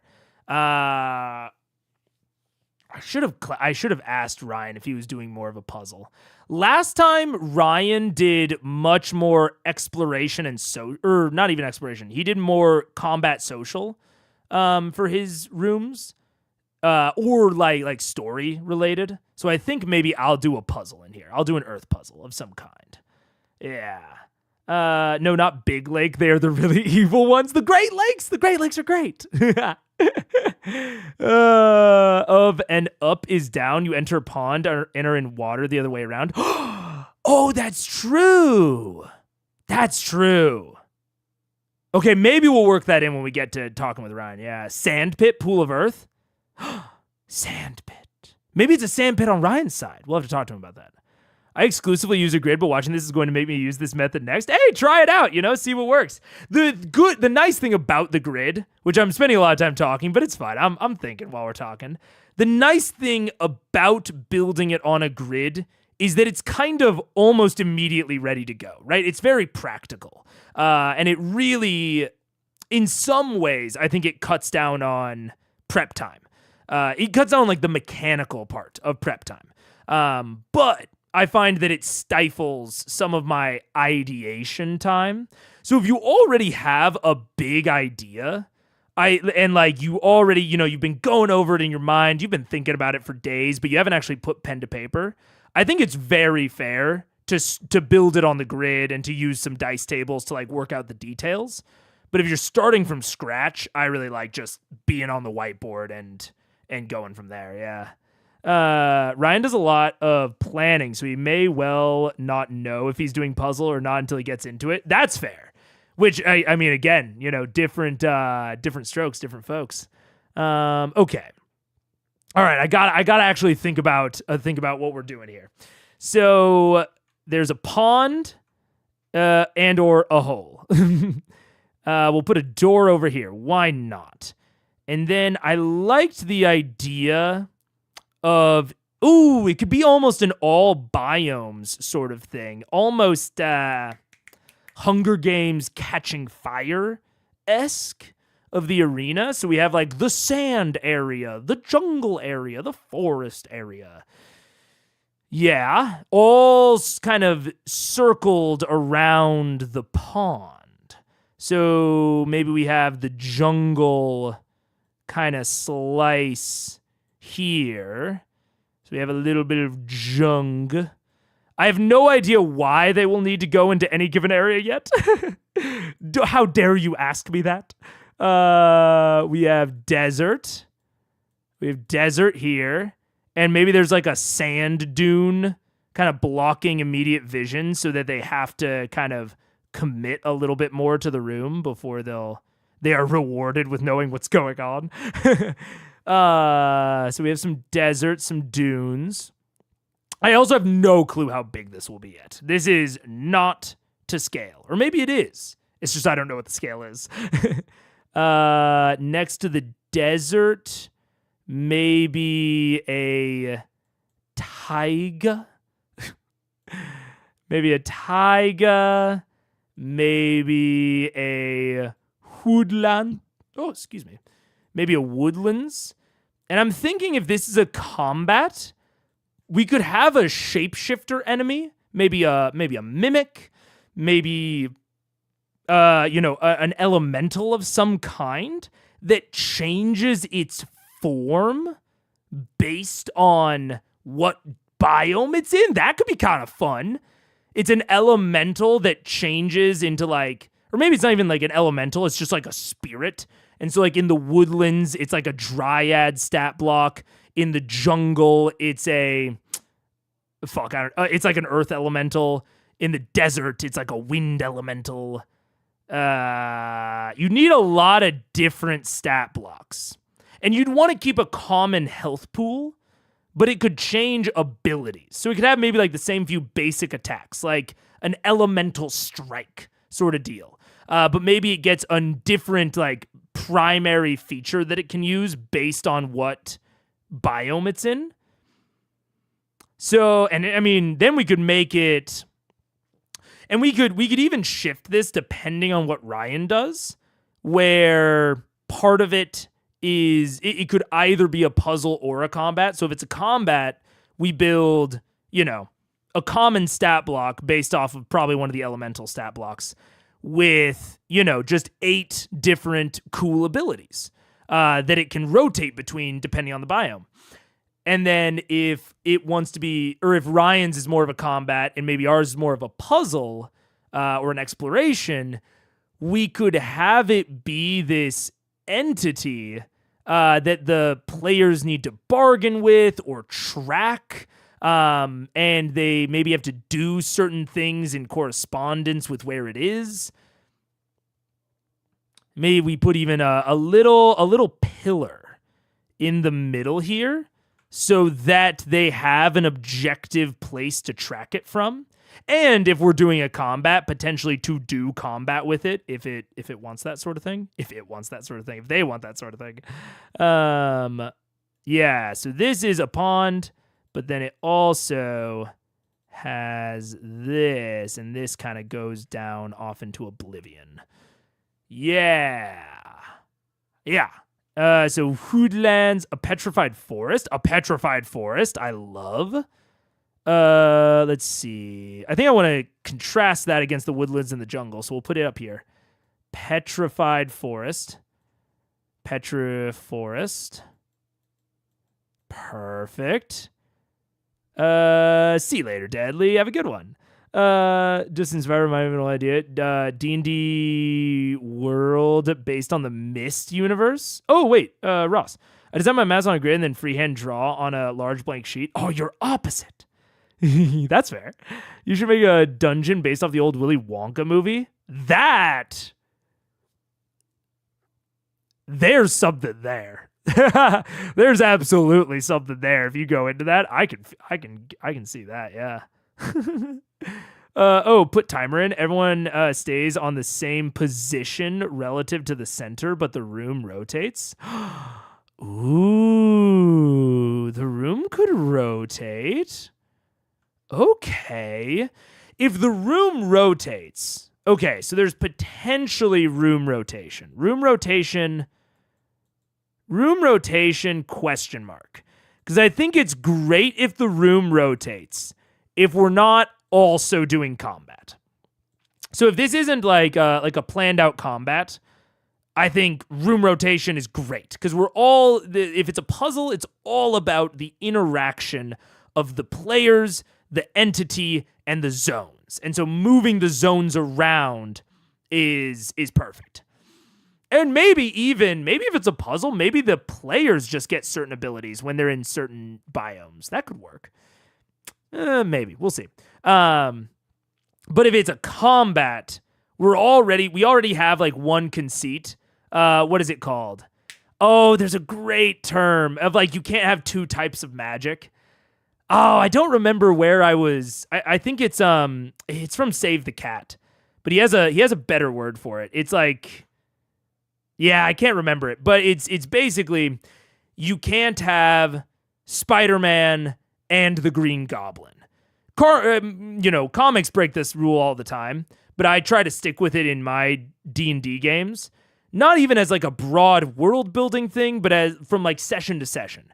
I try to make it be where there is only one type of magic in every interaction. So if we already have, these changing abilities from zone to zone, I don't also want the zones to be rotating, because that feels a little bit too close to two types of magic that they have to keep track of. If they also have to do combat on top of that. But if it's just the rooms are rotating and there's combat, and there's a puzzle, depending on which zone they're in, then that feels a little bit more doable. It's not a 1-to-1, comparison, but there's, it's kind of in that vein. I still don't have a lot of biomes. What am I missing? I'm thinking like maybe plains. Oh, mountains. I cannot believe that I totally forgot about mountains. We're in a mountains. Maybe we won't even do mountains. Maybe we'll just do hills. I don't know what we think of this. Yeah. This reminds me of the clock arena. Yes, exactly. That's what I'm kind of basing my thought process around. Is that similar thing? Yeah. The third, I don't even think they'll ever know about it. The third is just for me. Yeah, well, the whole two types of magic it's bad for world building. It is just that it is hard for audiences to track. So that's why I say I try to focus on that rule in terms of D&D, because D&D is built it's built almost foundationally around there being multiple types of magic. Critical Role Campaign 1 is based around that very idea of the divine versus the arcane, So you're going to have multiple types kind of regardless, especially if you get even funkier with it. But it's more in session. If you're introducing new kind of mechanics and novel things, audiences, and in this case your players, it's hard for them to learn and track more than one thing. You know what I'm saying? Old magic. It's old magic. You should add in some water biomes. No, get out of here. So I'm thinking this. Now I have some time left. So what is the puzzle? Because we built this concept that there will be a puzzle, but I don't know what it is yet. So if there's a puzz, if we're doing a puzz, what are we doing? So we have this idea of them going into multiple places with maybe these multiple different powers. I mean, the most straightforward thing is give them a box the most straightforward puzzle that we could possibly do is give them a puzzle box. Give them a puzzle box where they have to do a specific thing to progress in the literal puzzle on the literal box. And each of the zones has its own little mini puzzle that will allow them to further unlock the puzzle box. Right. So that's the most basic thing we could do. It's a puzzle box. How can we extend that out? Can we change the box? Can we change where the box is? Can we change what it is? There's also, I think the first thing is transforming the form. We said that it was going to be some manner of entity. So that's the first transformation, is that something has to happen to this entity, possibly in a certain order, but it has an autonomy of its own. So maybe there's a little bit of a social challenge, or maybe there is maybe it's like, maybe it's nice, but it's a little bit of a trickster. So they're not going to be able to just corral it so easily. It's going to make it a little bit tough on them. And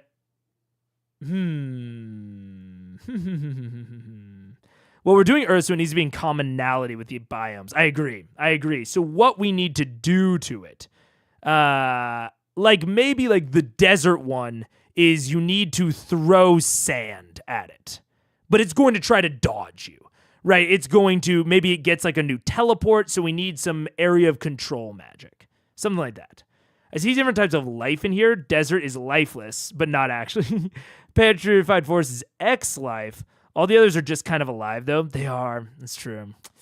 Forms of earth. Yeah. Passage of time. That's true. Because we can either... Oh, man. Because I'd like to make it more cohesive. It's if the things that they do, right? If the things that they do are very simple, is that as fun? I don't know. I don't know that it is.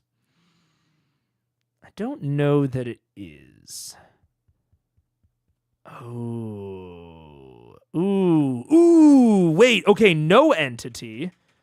What about no entity?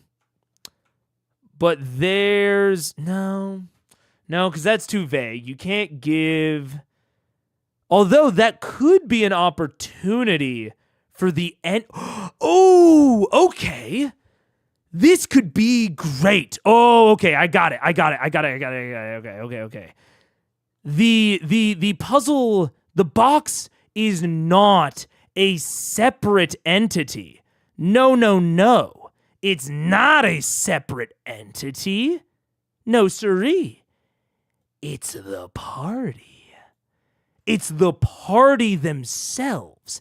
They have to take specific actions in each biome, in progression. And it's going to be difficult for them to just naturally derive what are they supposed to do, right? So it's there's the form factor, which is now going to be the party. And then it's well, what do they do? Do they fucking eat sand? No, they're going to have to do very specific but reminiscent things. And this is an opportunity for the entity, the storm, to help them. So the storm is going to give them specific clues, but they're all going to be kind of stuff. You know what I'm saying? It's if there's, maybe we turn, instead of the petrified forest, instead of the, say, woodlands, we get a swamp. And the players need to, say, drink poison. Or something like that in the swamp. Right? And they need to get these clues delivered to them vaguely.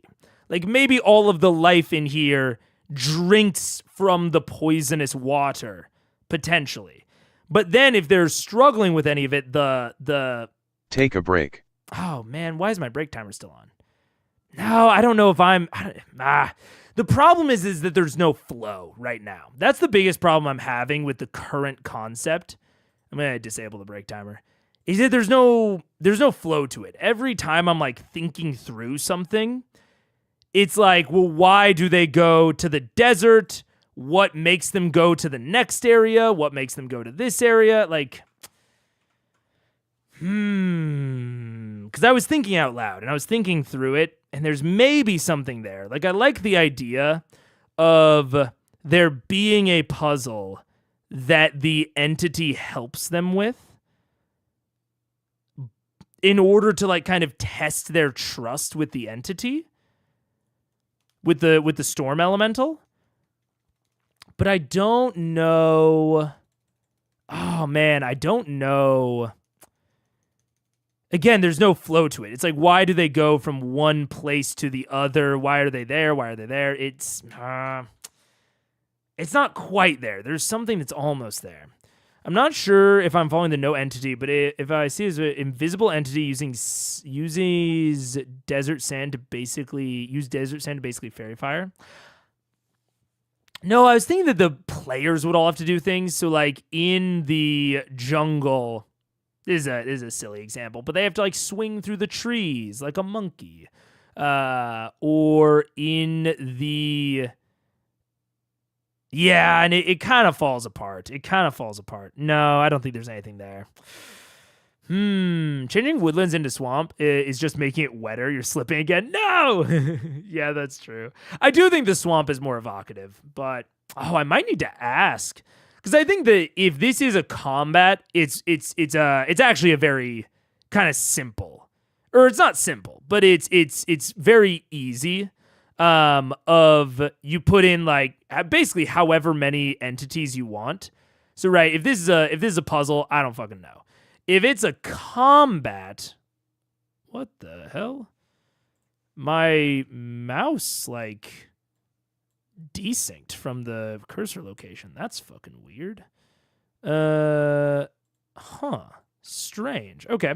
Anyways, if it's a combat, basically you have, 1 to 2 stat blocks that you design that are all fairly consistent. You can put as many of you as you want into them.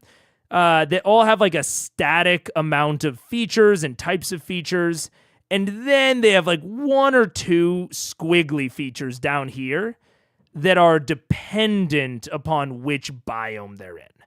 And then there's an opportunity for, okay, as a player, I'm going to go into this biome in order to fight the entity when it's in this form, because that will be the most beneficial for me. We'll probably, honestly, will want to cut down on the number of biomes in that case. And maybe in general. This might be too many biomes just broadly. If you're doing especially if you're doing a puzzle. But yeah, and if we're doing combat, we have entities with these kind of varied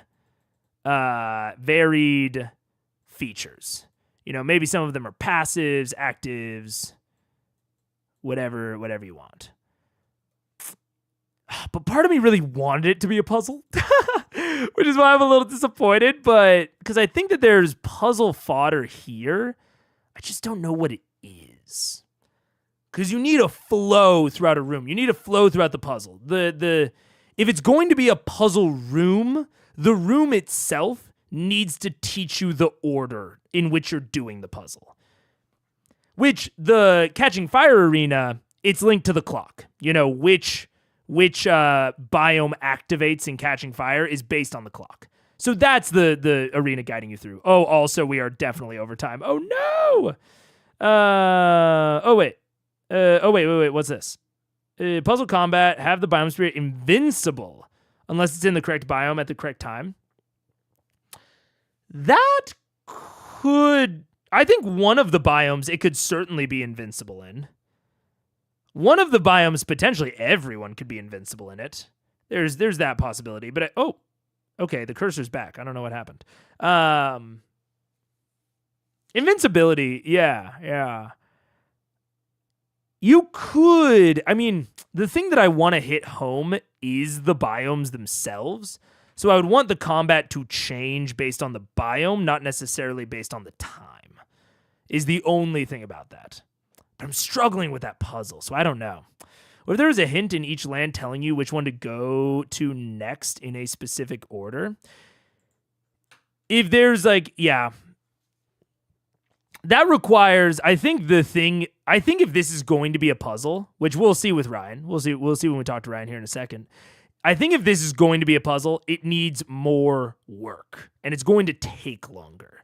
So I think this could be an interesting puzzle room / area in like a campaign setting where, this could, if we build this out into a puzzle and we either add a time component to it or we add specific action in specific order, each of these biomes needs to be like their own like done out area, potentially with their own specific combat and their own specific like thing that you have to learn and do and discover.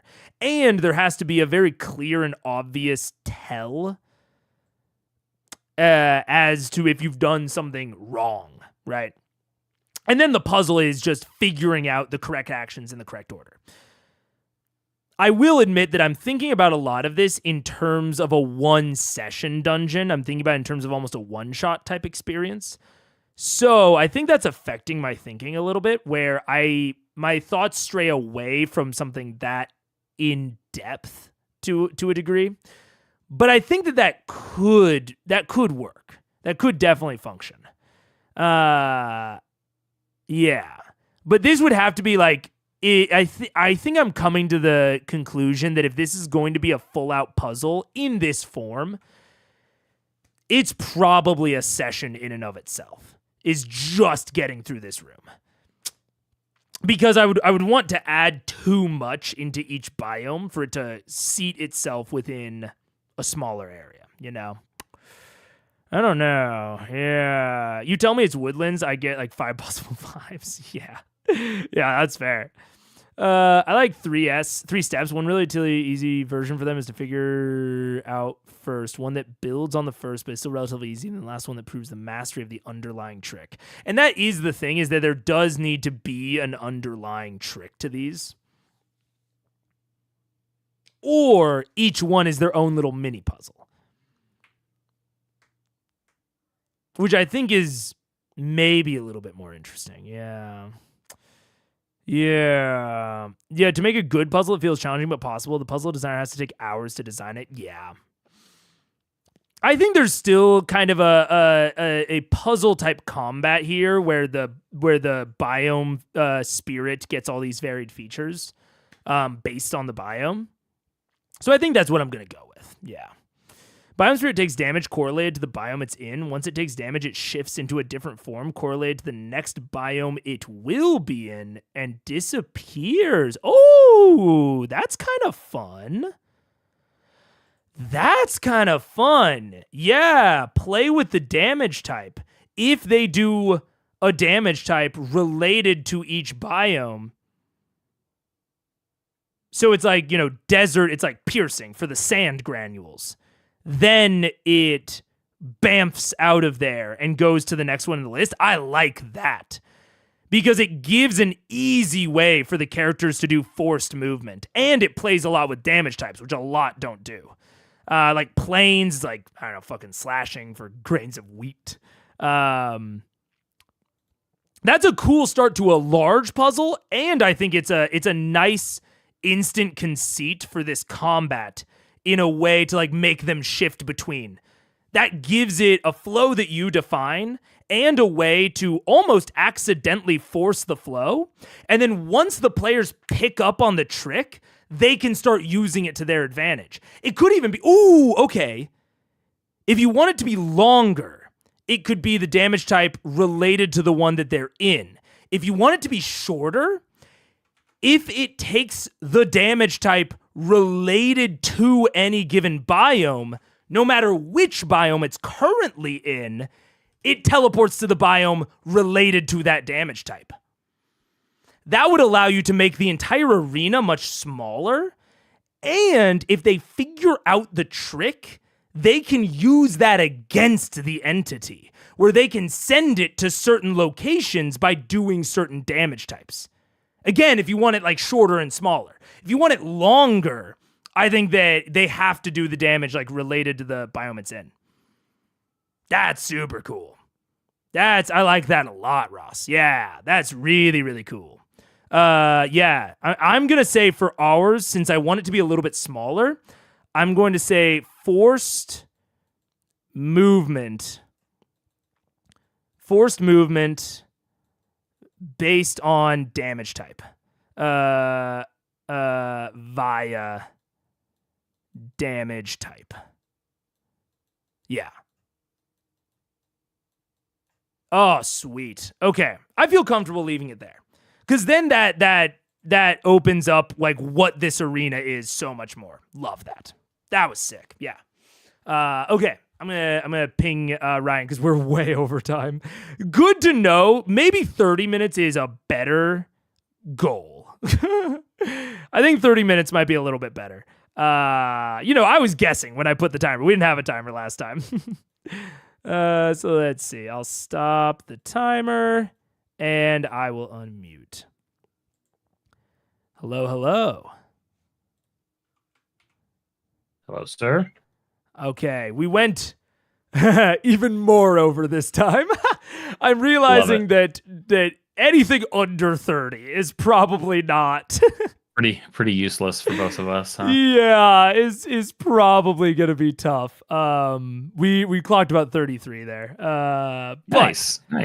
yeah, I've got a little bit of a kind of a puzzle combat type room. Ooh, I like it.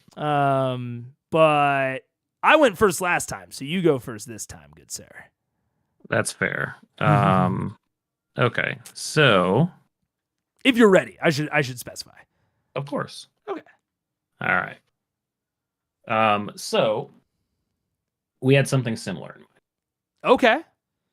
Cool. for the chamber that is the protection of the water elemental or the protection of the water element. A crystal would sit on a dais next to two large reservoirs in the floor. Okay. So they all be inlaid with stone and full of lots of water. Looking down into them, each one is obviously very deep, enough to dive into. You're not sure how far to the bottom you would sink. And the only indication present is that next to the crystal, with some words, probably didn't do any like writing of this stuff precisely.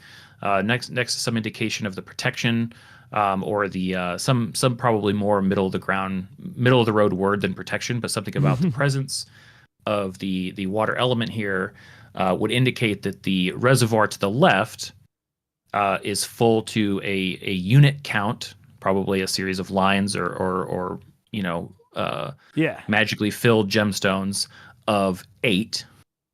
Okay. And the one on the right is filled to a magically whatever, like the same number, or the same type of indicator, but to 20. Oh, yours is way more puzzly than mine, which is good. I'm glad. I was trying to make mine more puzzly and struggling. So this sounds great. And the indicator in the center is that the unlock for the enchantment for the protection is 12. Okay, yeah. So we've got 8 units filling the left, 20 units filling the right, and then upon exploration, if they were brave enough to dive down into the dark waters, at the very, very bottom of each of these, first of all, they would notice some strange growth, some strange kind of stony protrusions on the walls. Okay. But they would actually kind of help. It'd be easier to sort of drag yourself down. At the bottom, they can either feel the words, because there's very simple stones on the bottom that can all be pressed in, and the buttons or the stones indicate 3 commands. Excuse me. The first one is empty. The second one is fill, and the third is transfer. Both reservoirs at the bottom have the same. Okay. And upon pressing them, they would find out that empty would completely empty the water from whichever reservoir you were in. Fill would do the reverse, and transfer would try to move the water from the one you're in to the one next to you. And so the goal here is to present exactly 12 units, whatever that amounts to. It doesn't really matter, like what measurement system. Yeah. Upon presenting 12 is when the enchantment would be unlocked. Gotcha. Okay. Oh, and the movement of the water would dislodge these sort of like calcified creatures from the walls. That if the reservoirs were being emptied, would stand a chance of being sucked down below. Otherwise, they basically attack sort of like instinctually. And the idea is that it is combat and puzzle, and at initiative 20 and at initiative 10, each of the reservoirs can be manipulated basically twice per round. Okay, yeah. So the goal is figure out how to move the water around to hit the goal. Yeah. Okay, cool. I think, ours are both kind of puzzle combats, but yours is leaning more puzzle and mine is leaning more combat. So that's perfect. Perfect. Sweet. Okay. I like that. Yeah. Especially because that can kind of be placed a lot of different places. Anyways. Yeah, definitely. Okay. Even a famous action movie from the, never mind. There's a famous action movie I'm not aware. Oh, have you ever seen Die Hard 3? That's That's the inspiration for this one. If anybody in your chats ever seen that, There we go. we fancied it up a bit, but it's definitely, and it's not from that. That's just probably where most people have heard of it if they're not math nerds. That's fair. That's fair. Okay, mine is. I mean, I also got movie inspiration for mine, but mine was Hunger Games 2: Catching Fire, the arena in that. So I was thinking with the Earth theme, I went into, my first thought was all of the different kind of biomes on Earth, all surrounding a central pond. And I thought if they had already done water, whatever you had set up, it might be that all of the like water from the pond is emptied and it's now just a hole. Okay. But if they haven't done water, there's maybe an entryway kind of up to the top left that could take them into water. But the kind of combat is that there is a certain amount of entities, adversaries, in this room with kind of a standard stat block. They look, like an elemental.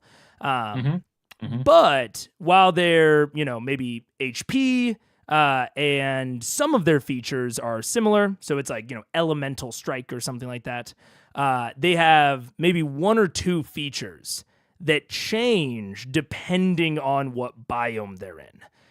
So maybe in the swamp, they have like a noxious like gas breath weapon. In the plains, maybe they're constantly under the long strider effect, things like that. Cool. And then where it kind of, and the goal of the room is just defeat the entities. Oh, sure. But the kind of I was really struggling to turn this into a more puzzle focused thing. Kind of going back and forth with chat, and Ross in my chat had a great idea of if the elementals, we'll say, take a certain damage type, they get forced teleported to a biome associated with that damage type. So cool. If they take like poison, they get teleported instantly to the swamp. If they take cold, they get teleported to the taiga. And so at first, it's this kind of chaotic movement. They're not really sure what's going on. And it'll probably be pretty bad for them at first. But then as the fight kind of progresses, they figure out the trick. Potentially, I wanted to leave open a potential opportunity for help from the Storm avatar. Yeah. Possibly with help from the Storm avatar. Figuring out the conceit, they can start to use it a bit to their favor. They might not have every damage type, but especially if they have like a wizard or someone that has, probably multiple damage types. I thought that could be pretty cool. Yeah, I like it. And maybe it's only they can only teleport like once every few turns, or maybe every other turn, who knows, to keep it a little bit contained. But yeah, that is what we came up with. I like it. He also gave me the idea. It'd be neat. It would make total sense. It would make total sense as well. Like, let's say that the monsters attacking in our reservoirs.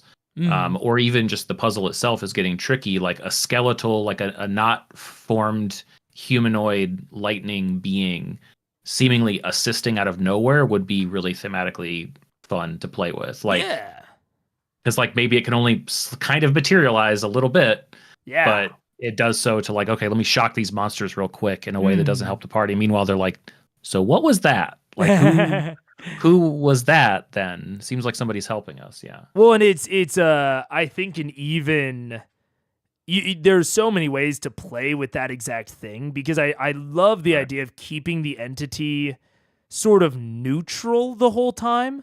So it'd be even better if like one player is getting swarmed and the shock, like they're getting swarmed by like 3 or 4, and then lightning elemental, shows up, shocks the entire group, including the player, and then Yeah. disappears.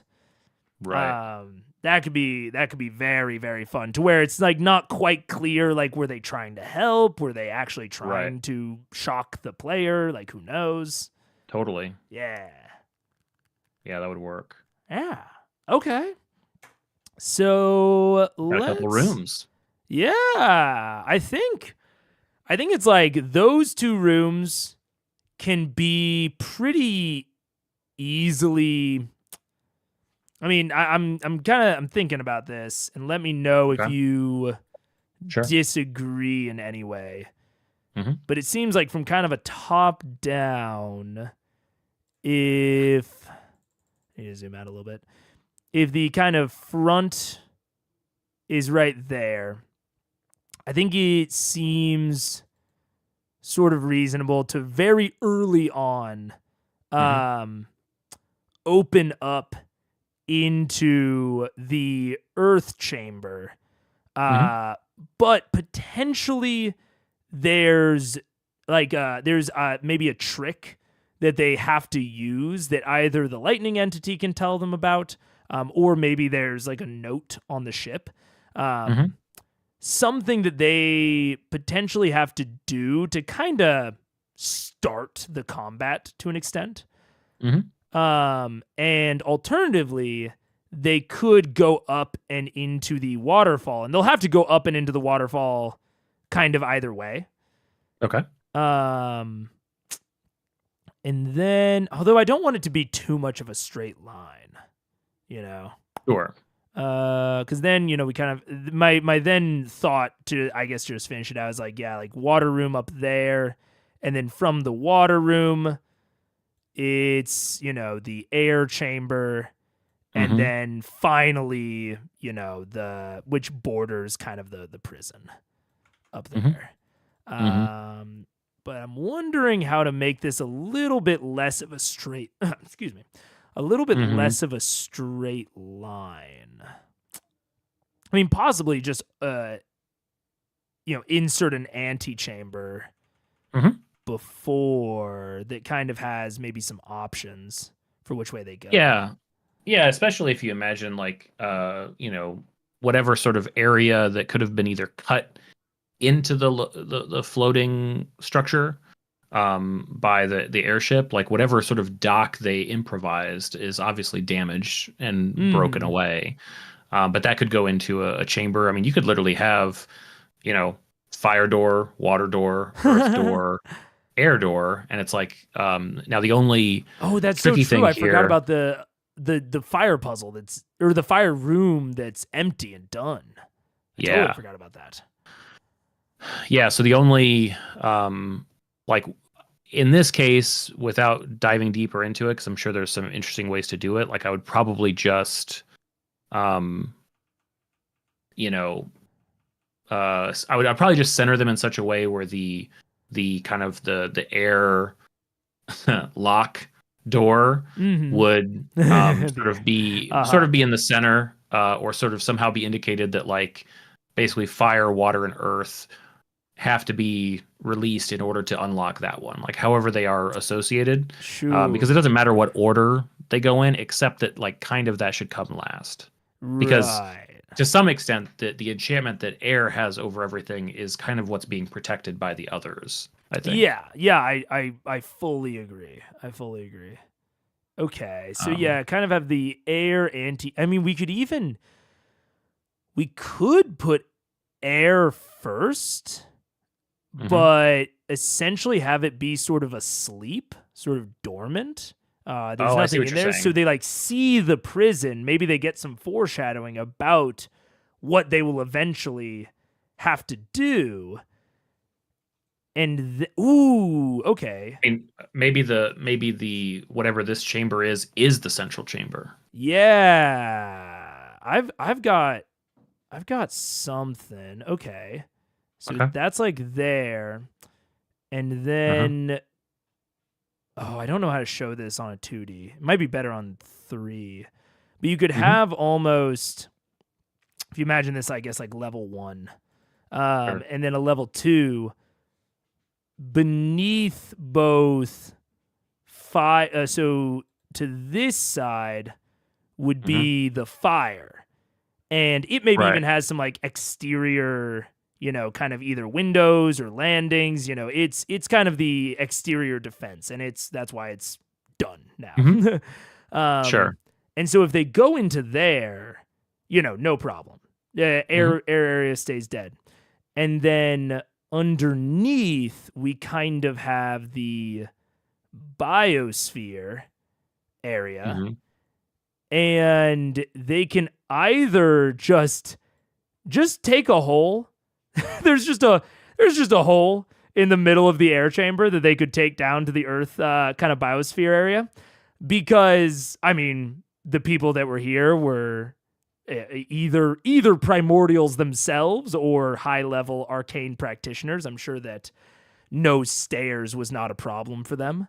And then, so this is fire, earth, and then to the right, we have the water area with it has like the two vats, and it empties down and connects into the earth area. So if they, the actual party doesn't have the ability to navigate the like main hole, I think the water hole is much more navigable to a degree. Yeah, it's basically a a pool. Yeah. And so then the kind of natural flow of the dungeon becomes, okay, they walk in, nothing's going on, and you could maybe even have some like large kind of environmental narration where there's nothing on the right side, nothing to indicate that it's the water room necessarily, but there's all these scorch marks and like clearly like soot, and maybe even, there's still smoke lingering in the air, indicating kind of the fall of the fire room. More than likely, they're going to explore that one first. So now we still haven't activated the air. And then they go into the water side of things, do the water puzzle. And then if they go back into the air, things are forming, things are happening, something is coalescing. Right. But they have to go down and do the Earth biosphere first. So you sort of see that. Yeah, I see that. Yeah, definitely. That makes sense. Okay. Cool. So then we really just need to hash out the actual final confrontation and the kind of the climax back in that main room. Yeah. So kind of to draw that out because the visuals help me think. Right. And from now on, we won't split, unless I guess we really want to. Sure. But let's see. So, and remind me what we said before about like what would kind of happen with the final like confrontation between Earth or Air and Storm. Air and Storm. Yeah, I think that the big challenge or the decision that we want to present is maybe not even like, it's not a who's right, who's wrong. It's who will stand with, who will stand for Air and who will stand for Storm. In a sense, this could be presented as sort of an order versus chaos. Oh, sure. Because, one sort of interrupts the other, right? Or maybe, order might describe itself more as a balance, right? Yeah. And Storm is kind of claiming the more chaotic, freedom oriented side of things, but they claim storms only destroy all of this. There's no reason for them, that's why we lock it away. Yeah, I imagine something to the extent of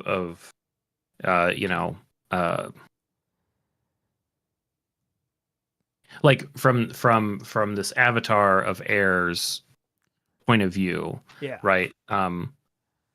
We have storms all the time.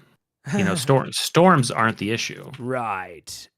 Uh, It's the issue is this psychopath who is taking it. Because meanwhile, the avatar of storms is like, oh, you haven't had a real storm in a long time. Yeah, you don't know Um, what you're missing. That's right. There's all sorts of different life, You know, and I mean, natural. I brought change. I encouraged action.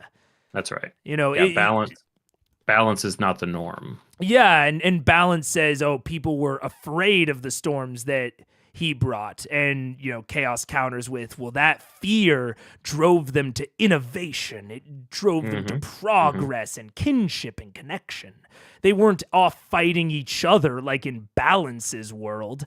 They were united against me. That's right. That's right.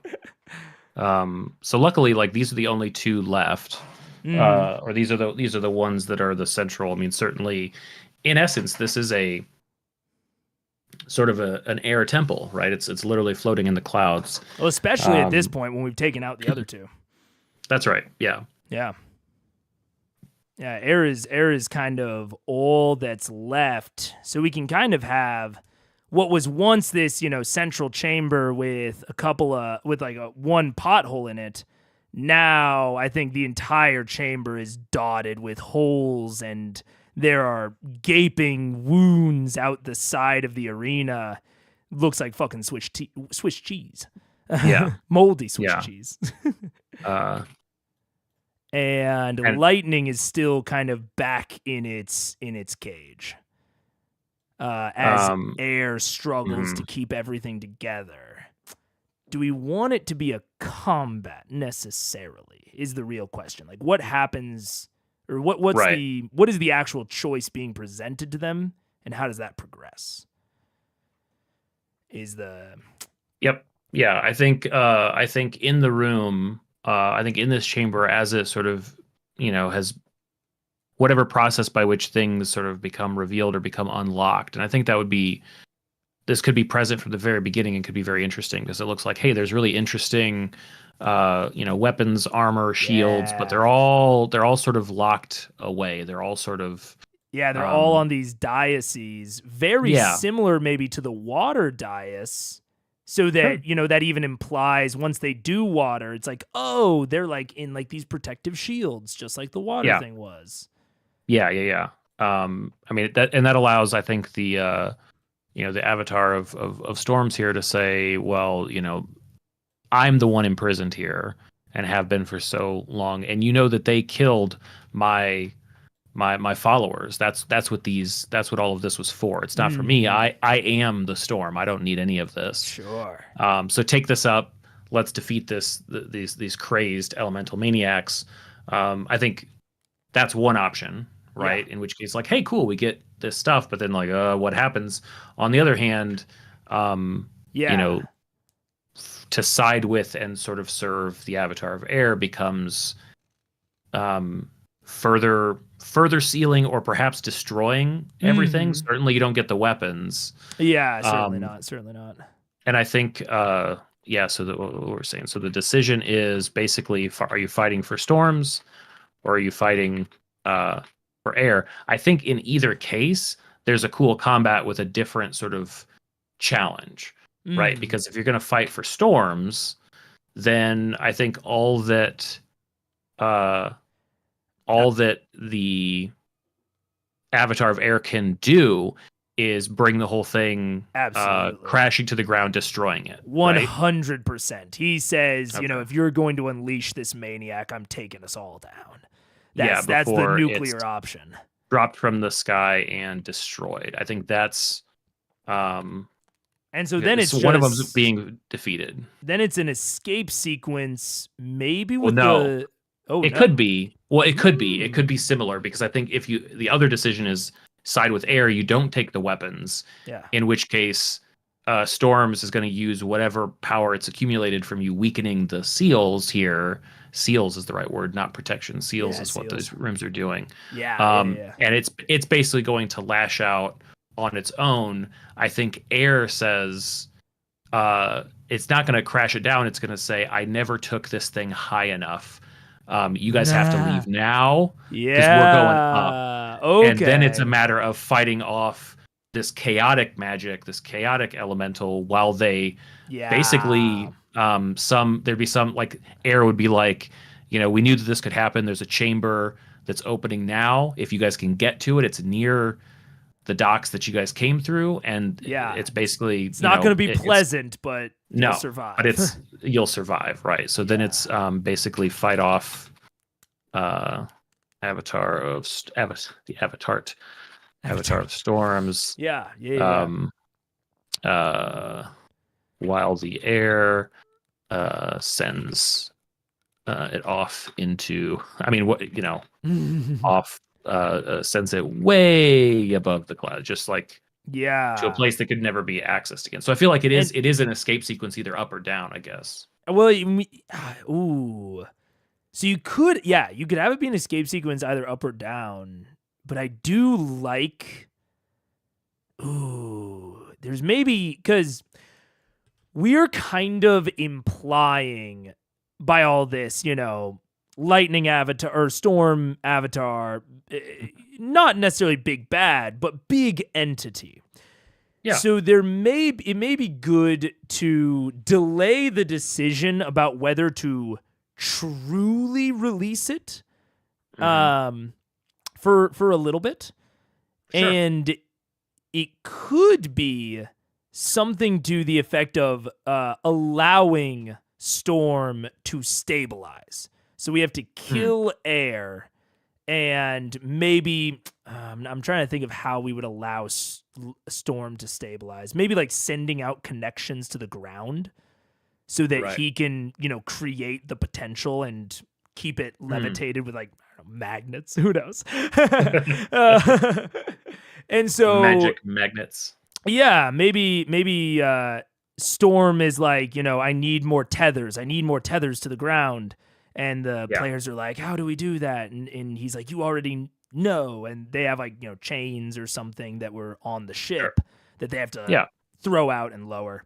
Mhm. And then you could sort of have this floating, not very high off the ground, mind you, but there's almost like floating like fortress of chaos.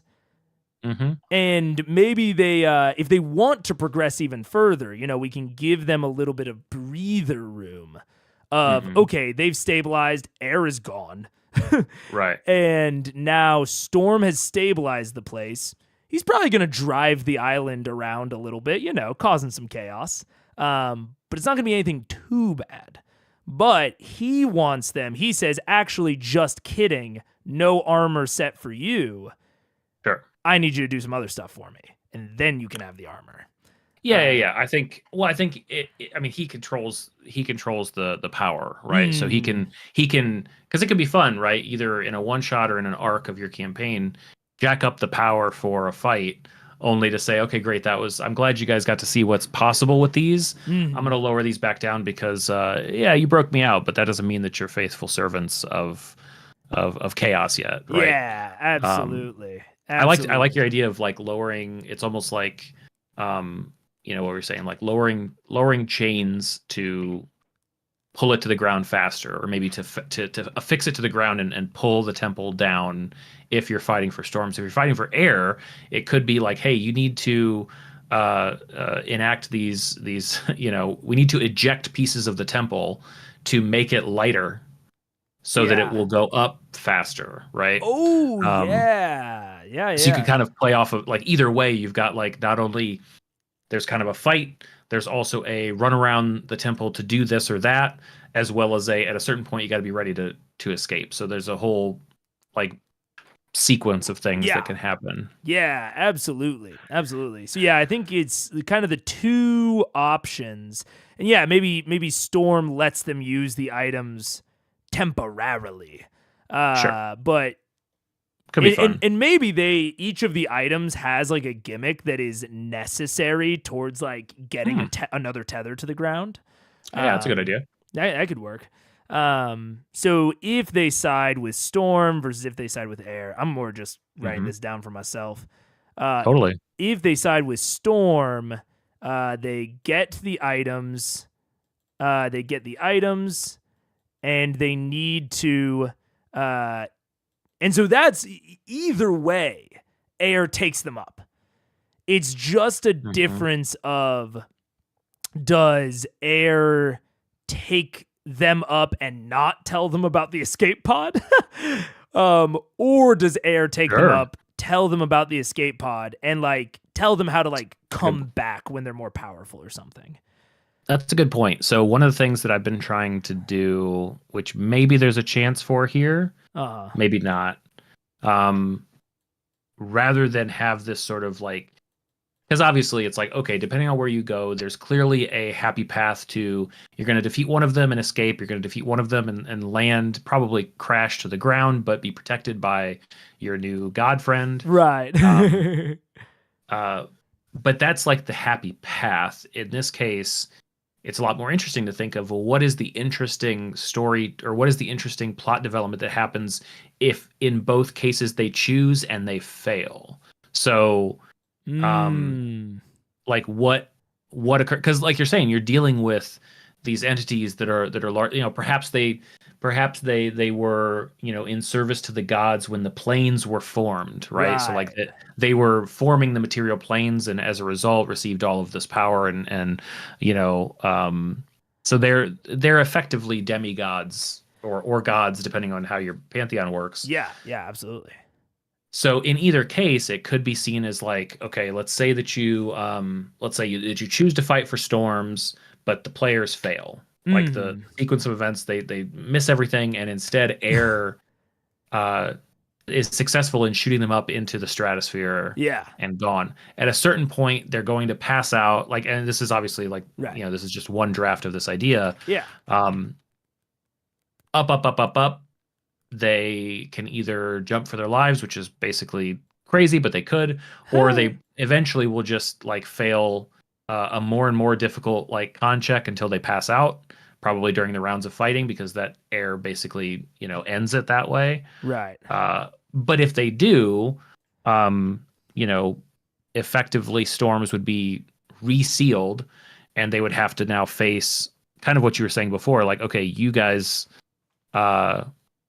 screwed up, you know, that speaking for Air here. You did some bad stuff. Naughty, bad. But, you know, you're also very capable, and you can fix this. You can fix this, and you can do good. Right. So, in essence, it's almost, you know, bound to service for one or the other, maybe. They could sort of, they could get geisted, which I don't know. I generally don't love magical servitude, but I'm trying to think of like, what can Air, either what can Air offer them, or how can Air force them? I mean, if they choose Storms, but Air wins. I mean, now it's almost easier. Air could like take their souls or something like that. Something that doesn't actually mechanically impact them, but has like a flavor.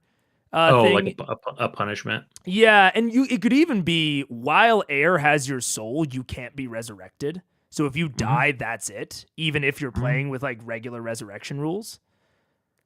So now they're not technically geisted, but if they die, that's it. That character's over. So they could wait. What are you saying? Geisted? What is that? Am I using the right word? I might be using the wrong word. I don't know. I just might not know it. Geist. What's the meaning of the word geist? I want to be, oh, it's a ghost? What? No. Oh no, I could just be using the wrong word. Oh, I'm thinking of Geas or whatever. Geas. Oh, like some sort of like mind control type of thing. It kind of, where like they are like placed under the control of Air. I see. Yeah, because that would, in my head, that would essentially be what has to happen, is like, how is Air going to force them to do anything? Correct. He would have to place them under some sort of There'd have to magic. be some sort of reason for that or whatever. Yeah. But if he takes their soul, says it's permadeath now, noobs, Right. then they have like this flavor and like slight mechanical reason to go out and fix everything. But it's not so pressing. Like Air is just going to be like, well, I have your souls. I'm going to use them to like keep Storm locked up. You can either go fix this and get your souls back, or I'll just keep them. Right. Yeah. I don't know. I don't know though. I was thinking there's something interesting about the temple going up, right? Because Yeah. the air gets thinner. Oh, it's So- obvious. Okay, hold on. That's exactly the right. So if they choose air but storm wins, Yeah. the temple crashes. I think you're talking. It's talking about basically a being made of lightning, thunder, or whatever. I think it depowers the weapons and abandons them. And it's like, if you're true servants to me, you'll prove it in time. Otherwise, I don't care. Thanks for the lift. Like, Yeah, he's out of here. It's chaos. It's off. It's off into the world, and the players released it. Now they have some interesting magic weapons, but they it's up to them whether they that feels satisfying. Absolutely. Right? That feels like, okay, you Yeah. chose a new master, but like, what's this going to mean? But there's also nothing tying them unless they decide to investigate it further. That works. Yeah. If Air's you the tough choose one. storms, but air wins, what's the plane that they get stranded in? Is it the plane of air? Is it like if there what does it mean if you go up in a fantasy world? Mhm. Like you're not entering space. Like what is up there? Like maybe you are, Right. maybe that is a thing, but you hardly ever touch on it. Yeah. But more importantly, if you're being exerted upon by, the god of air, where might you end up? Mhm. Like, because at that point it's like you imagine this crazy kind of upward trajectory, but it doesn't have to necessarily be what we think of as up. That leads to like low oxygen environments and no gravity. Yeah. It could be another plane that is not like you're now in service of, but it's like, congratulations, now find your own way home, and you're floating on this now broken apart rock that has no elemental magic on it whatsoever, but it's something to the effect of, even though you chose incorrectly, even I didn't realize, like maybe even Air thought this was like a suicide mission. Like Air thought, I'm going to go up, and then we die. But it ends. Air's the prisoner. Air's the warden here, right? It is the warden. Air's the vindictive force, so maybe it's like equally as vindictive. It's like, listen, killing you would be a mercy. You guys are good luck. You're so powerful. Look at you saving gods. So enjoy finding your way back to the material plane. And they just left to drift wherever they find themselves, which is its own, like, again, this is its own form of punishment. Yeah. And it could be, it's kind of like being cast away into the Underdark, or being cast into, like in this case, there are a couple of planes that would fit this. I think there's a plane of air. I think plane of air could be the what's the just kind of like the black empty void, the the abyss ? Not the abyss. Like if you put the D&D plane map bag inside of a bag type of thing. The astral plane? Yeah, sure, wherever, right? I'm just thinking of like what's evocative of like space. Like I'm literally going to toss you into another plane. Yeah. Oh my god. Or even like Mechanus or Limbo. Probably Limbo. Mm-hmm. Yeah. But that way, like, you're making a choice either way. And this is only a failure state, but this just means that now when we're giving them a choice, what they choose and how successful they are, they're actually choosing from 4 things, and that's really freeing as a DM, because we don't have to worry about what if they lose? It's like, yeah, Right. losing is totally, we have an answer to that. Yeah, right? losing is acceptable in this if And almost if more they interesting. start the final interaction. Mhm. Yeah. Yeah. And then if they win, if they join air and, do air's Mhm. like, ah, man, you guys messed up by killing water and earth, but you picked right eventually. Sure. I'd Sure. really, I'd appreciate it if you, helped out in this way. Yeah. And if you help out enough, we could decouple Storm from those items and you can have them. hmm And then vice versa. If they join Storm, and Storm wins, then I mean, yeah. yeah. Then I mean, it could even be like you did right in the end, but if I were you, I would stay away from any large bodies of water and definitely the plane of fire. Because I can't speak for you breaking these long-term seals for the yeah. others. I mean, they have a Yeah. tentative alliance for sure. Like this was a deal made long ago, but they're like, listen, I'm not in charge of them. You'll Right. have to take that up with them. Like in effect, it's almost like here's the deck of cards. Who do you want to be friendly with, and who do you want to make an enemy with? Right. Because these, and that just gives you, I think, characters and things to bring forward later. Is Adventures. like, hey, why are we having such a hard time with this type of magic or this location or this whatever? And it's like, Yeah. well, remember way back when. Yeah. No, that's yeah. Ooh, yeah. Can you imagine giving down the line, the players are finding like, ooh, look at this cool dagger of fire. What? It doesn't work. Why won't it activate for me? And it's like, yeah, you bear the curse of whatever. Yeah. It's like, You barely, and they don't even realize until they like go to get it checked out, and then Yeah. maybe like a druid or even an arch druid Yeah. like tries to check them out. I was like, oh, what the hell did you do? Yeah.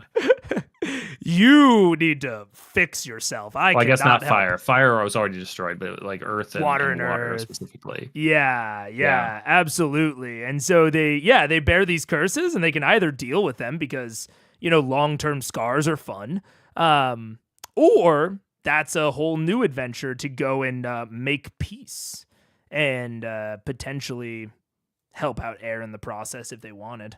Sure. Yeah. Yeah. I mean, well, it's fun to even just like this idea of these sort of like elemental Embodiments. beings, this council, right? Yeah. Of somewhat aligned, but not entirely, Well, and there's so many different ways that this can be taken depending on the sort of yeah. what's the word, proclivities, I guess, or preferences of your party. Yep. Like if you have a warlock in your party that is super into forbidden knowledge, Storm can easily speak to that. You've been told there are 4 elements your whole life. That Yep. not so. The storm is its own beast. If they are much more, if they have a paladin that is much more into like law and order, lock up evildoers, Right. then air can easily speak to that of storm causes death and destruction. Forget all the side consequences. Can your oath abide that? Right. Yeah.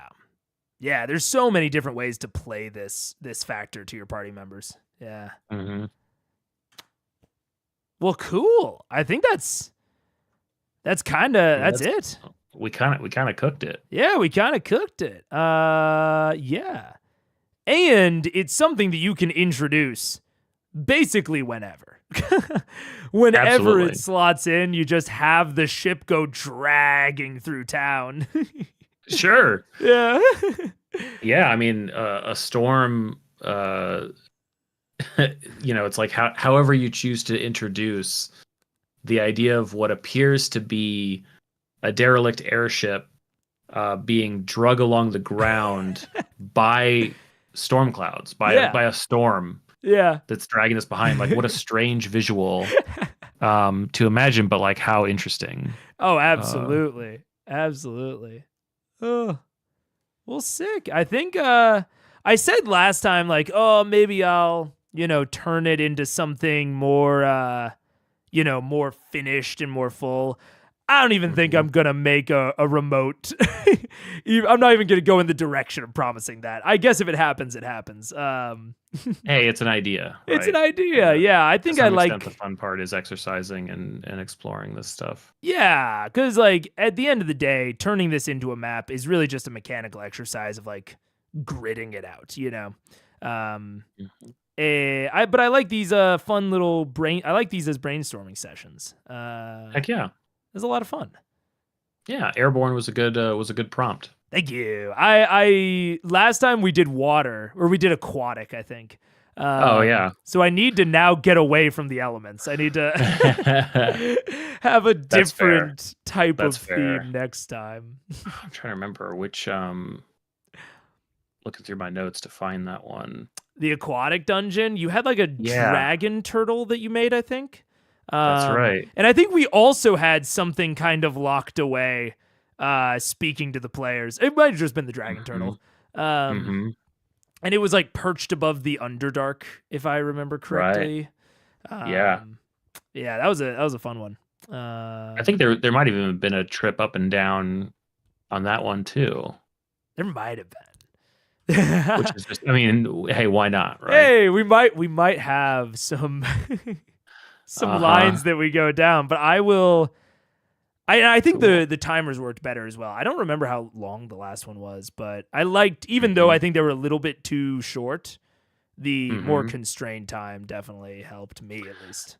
Oh, sure. Yeah. I mean, it's hard to say, you know, just how long these things will go. I mean, it should take as long as it needs to take, but it shouldn't feel like it drags on, but you don't want to run out of time. Like, who the heck knows? Yeah. Absolutely. Good experiment. So you said this was like the second experiment you've tried with this model? Yeah. I've only done the two with you, but definitely, even though 20 minutes was a little short, having like the timer and I think last time I like tried to grid and like measure things, and I think just going like the more general brainstorming side of things was really good, really fun.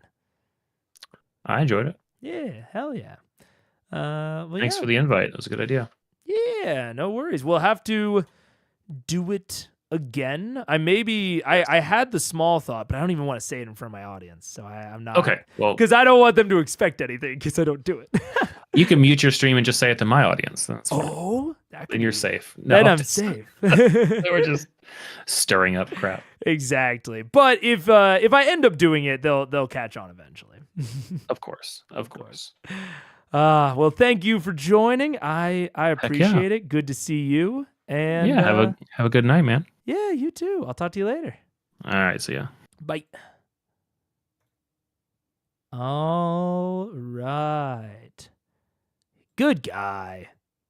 I love streams with Ryan. And by streams, I mean I think 2 that we've done. But again, I said it before stream. Our lack of streaming together is my fault more than anyone else's. But that was a lot of fun. And like I said with him, I think it went way better than the first one. So I'm very excited for the next one. Maybe I'll even do this sort of thing with Mike, possibly. That could be really fun. Just kind of, because someone said something. They were like, oh, it's so interesting to see how 2 DMs think, especially, and how they try to like mesh it together. And I think it's a super fun. I'm going to think about it in the future more as like a brainstorming session than anything else. But yeah, I hope you guys had a good time. I'll read through some of the chats, because when I'm talking to Ryan, I kind of stop reading chat a little bit. Yeah, you guys were talking about the door. Storm flips the temple. Yeah. The chains to the ground would be grounding, so we can storm. Oh, that's possible. There's a potential direction there. Yeah. Gaze is basically a spell. Yeah, it's literally a spell. And I like it fine when it's used by the characters.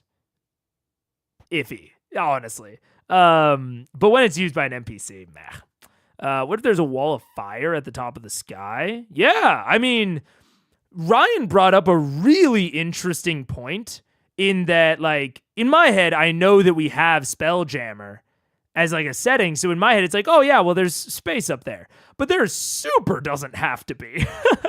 There really, really does not have to be. So yeah, Wall of Fire, it's the elemental plane. It's, you transfer into like the Feywild. There's all sorts of things that could happen if you have the power to just go up and up and up and up and up and up and up and up and up and up and up and up. Yeah, you could absolutely run into all sorts of things. Layers of atmosphere, but it's a metaphor. So there's layers of, fire, water, energy. Yeah, especially, I think because I think Ryan was on a very similar wavelength with me of, this is like a 1 session thing. If you wanted to extend it and make the escape sequence itself longer, and like you wanted to make the escape sequence its own kind of thing, that's maybe an entire session or half a session, whatever. Having it go through these different layers, these different planes, and you're begging air. You're like, stop, we're dying. And air just keeps going. You don't know where the temple is going, and you just have to jump off at some point in one of these layers. That could be fun. Yeah. So what makes the elements different than gods? Yeah, it totally depends on your cosmology. Super depends. Super depends. Yeah. D&D dips into it with the primordials, but I haven't seen them fully embrace it to my knowledge. No, I don't think, at least I can't think of a setting that fully embraces it. I think Dragonlance might kind of skirt it with all the dragon stuff. But yeah, definitely not fully embracing maybe Theros. Theros's whole cosmology is built around gods ascending and descending, and what the god is dependent upon what its followers believe that it is. It's all like Gestalt gods. But it's not really diving into the elements specifically because it's just capturing fucking everything, This is cool. Doing it with Mike would be awesome. It would, yeah. Especially, like I said, I think I worked out a few of the kinks here. I think that having the like explainer text on the bottom was good. So I really want to try it with other people. Blue, that I did some content with, I would love to do it with Blue. Yeah. I think it'll be. I think you'll see this collab format again because it was a lot of fun for me. This stream inspired me for so many ways to do collaborative dungeon creation. Good, I'm glad. It's inspiring me. I'm still figuring it out. I've never really done collaborative dungeon creation before like this. So this is all as new to me as it is to y'all. I think Spelljammer is space. And also, it's like, I think in the Spelljammer setting, I don't think the Astral Sea exists. I don't know. I get so confused about D&D cosmology, especially because I almost always use my own cosmology, because if I run a campaign, I'm running homebrew. So I always have my own homebrewed cosmology that doesn't even really match any of the D&D stuff. So I am definitely not the content creator to ask about that. The planets are like spheres and you exit into the astral plane. Oh, is that real or? Oh, interesting. I didn't know that. Interesting. Spelljammer is treasured planet space. Yeah. If you say that the creation of the world is a spell cast by a greater cosmic being, the sky can be anything. You don't need to follow astrophysics. Yeah, I mean, I think the the line there of like, you don't need to follow astrophysics. Period. In D&D, you don't need to. And that's why, like, when Ryan said, like, it doesn't need to be space. Because, like, you even probably saw me, like, kind of write it on there. My go-to gut reaction was, oh, they go up and up, and there's thinner air, and then maybe, like, air slowly dies because there's no more air. But then Ryan put it so perfectly of, well, it doesn't need to be space. We're in D&D. It does not have to be space up there. So yeah, I fully agree. You can have this sort of, you can have these transitionary periods because you don't want it to be something where like anyone with a fly spell and a couple of spell slots lying around can just you want it to be something that is truly, nearly astronomically, difficult to do, to like do this up and up and up.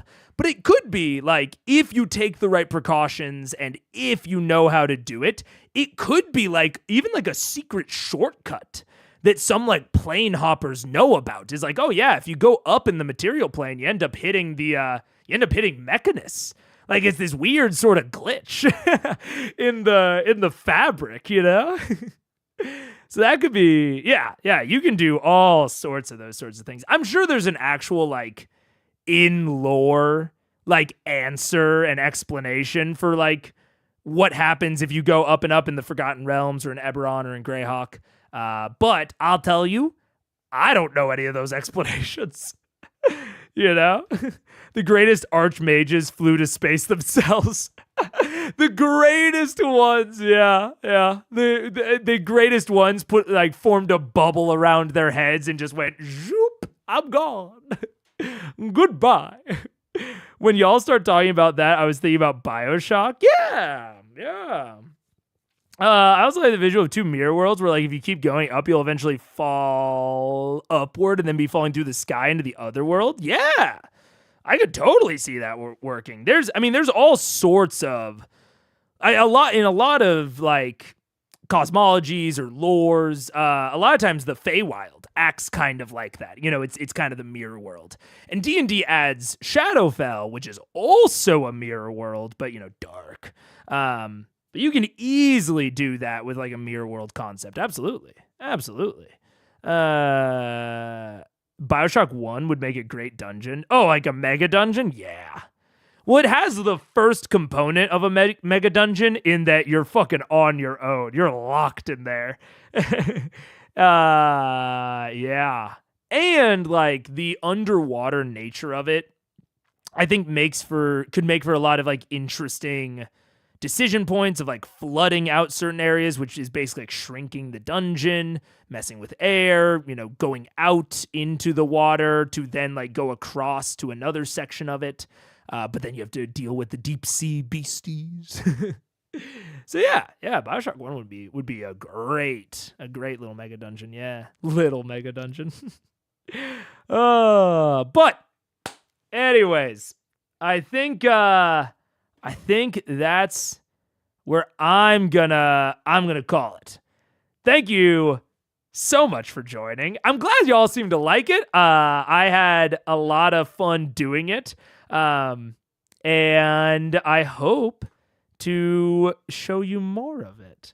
I have maybe a little tiny fragment of a larger plan, but I don't want to tell you in case it doesn't end up happening. I don't want to get your hopes up. It's not even that big, but we will see if it ends up happening. But like I said, that's where I'm going to leave it. Thank you again.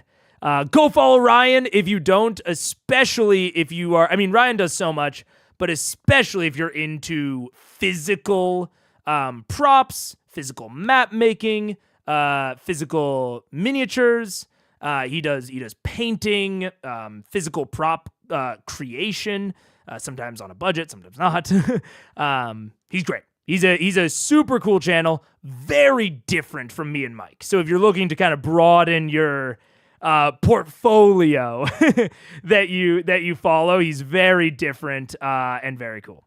Friend of the channel. So with that, goodbye. Oh, and the Australian time. Yes, I'm trying to do more varied time streams as well. But that's it. Goodbye. And boop.